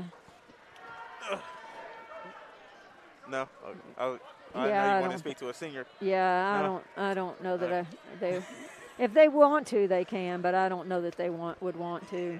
Yeah, just gonna run over these stats. You want to give us the stats for the visiting Bruins? Yeah. Oh, all leading scorers throughout the whole game. Ofebu, 28 points. On 13 of 22. Next, Nawabi. Nawabi and Cooper with 13 each. Cooper had 6 assists and 8 rebounds as well. Aguilera with 9 points, 7 rebounds. Buchanan and Brooks with 3 each. Gabriel and Williams Jr. with 2 each. And to get action but no points, Peyton Jr. and Standiford. And for our WAS, all leading score. For WAS, the leading scorer was Gabe Brown with 16, 5 rebounds. Antonelli with 14, 5 assists, 5 rebounds. The senior Micah Banks with 11 points, 5 rebounds. Malcolm Morgan fouled out, but he had 11 points and 4 rebounds. And Rodriguez with 8 points. Jacob Morgan with 6 points. Looney with 3 and 9 rebounds. And to get action but no points, Monahan. So, I was trying to see if there was anything else we wanted to throw in here. Let me look at a thing or two. Gabe Brown, let's see how many games that makes with him in double figures on the season, 32. Yeah, that makes 20 games this season. That's impressive. For the freshman, scoring in double figures. And this makes his 10th game of the season where he was 100% from the free throw line. Let's see what I can tell you about Micah and Malcolm on that. I have to go back and forth between pages here on my computer screen. That makes Malcolm Morgan 17 games in double figures, and Micah Banks 9 games this season scoring in double figures. Who's the other? Antonelli. It makes 9 games for Antonelli as well in double figures. He had 17 games this season where he had 4 or more assists. We didn't get a final stat sheet, did we? Yeah, here they are. Is this final? 73, 69. Yeah, let's see. Yeah, I'm looking 5. for Antonelli. Yep. Not this game, but Antonelli had 7 games this season with 0 turnovers. That's a pretty impressive stat, especially since he carried so much of the load after Jalen Leftwich was injured and missed the rest of the season. Well, let's give you a recap of Emory and Henry athletic action on the day, if I can shuffle through my papers and find the one that has that stuff on it. The women's basketball team won earlier today, 71-54 against Carolina University. Softball team won 2 games today at King University. They played King this morning and won 7-4, and they played Queens. They should play Joker and Jacks tomorrow, I guess, and Aces. They played Queens this afternoon and won 10-2. Tomorrow they play King at King again against Queens and King. That's so confusing. The men's, the baseball team was playing at Covenant. I did not see an update of that on GoWasp.com. Track and field was in action for their last indoor meet of the season last weekend. They broke another 5 school records, and they'll move to the outdoor season now. This weekend, today and tomorrow, men's and women's tennis are playing at Transylvania, where they'll play Transylvania, Asbury, and also Illinois Wesleyan. And if you want to support women's basketball's effort to support the Play for K breast cancer fundraiser, you can find information about that on the Emory and Henry women's basketball Facebook page for their Play for K free throw challenge, an opportunity to raise some money for breast cancer awareness. Well, Brandon, we made it through a season here somehow or another. And it was much better than last year's COVID season, I can tell you, that was shortened. I think both teams maybe played 10 or 12 games last year. I know the women's team played more games than anybody in the conference when we were in the ODAC last year. But they played in January and February, and that was it. So it was nice to have a semblance of a normal season. And next year we will play, as we were making the transition from Division III to Division II, we will play a full South Athletic Conference schedule next year in basketball. So we'll start playing some of these people that we played this year, like UVA-Wise and LMU. We'll start forming those rivalries with the teams that are going to be in our conference.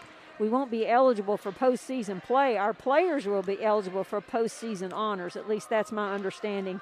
And if you rely on my understanding, Lord have mercy.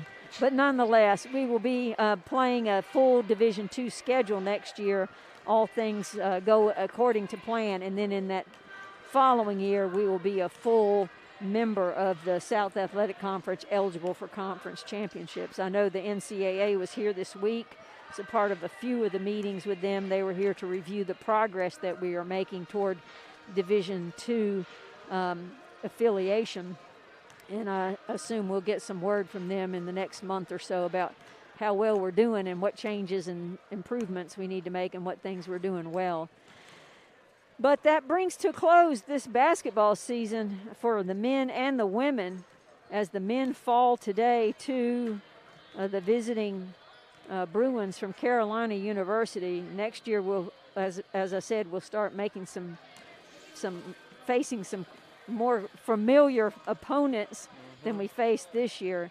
But anything you want to throw in, Brandon, before we send it back to Anthony Smith Jr. at the WEHC studios? Yeah, I'd like to give a shout out to Coach Scruggs, the broadcast team, Professor Treesh, and everybody who has made me get this opportunity. It's a blessing, and I appreciate everybody. And thank you to those loyal fans who tune in, whether it's by radio on WEHC 90.7 FM or whether you're tuning in to the live stream on GoWasp.com. We appreciate your support for Emory and Henry. Thank you to the variety of students, but carrying the yeoman's share of the load has been Anthony Smith Jr. running the board at the WEHC studios. So thank you to you, Anthony. You. We're going to send it back to Anthony Smith Jr., but one last time, let me say thank you for letting me be a part of this broadcast, and thank you, Anthony, and go Wasp. Back to you, Anthony.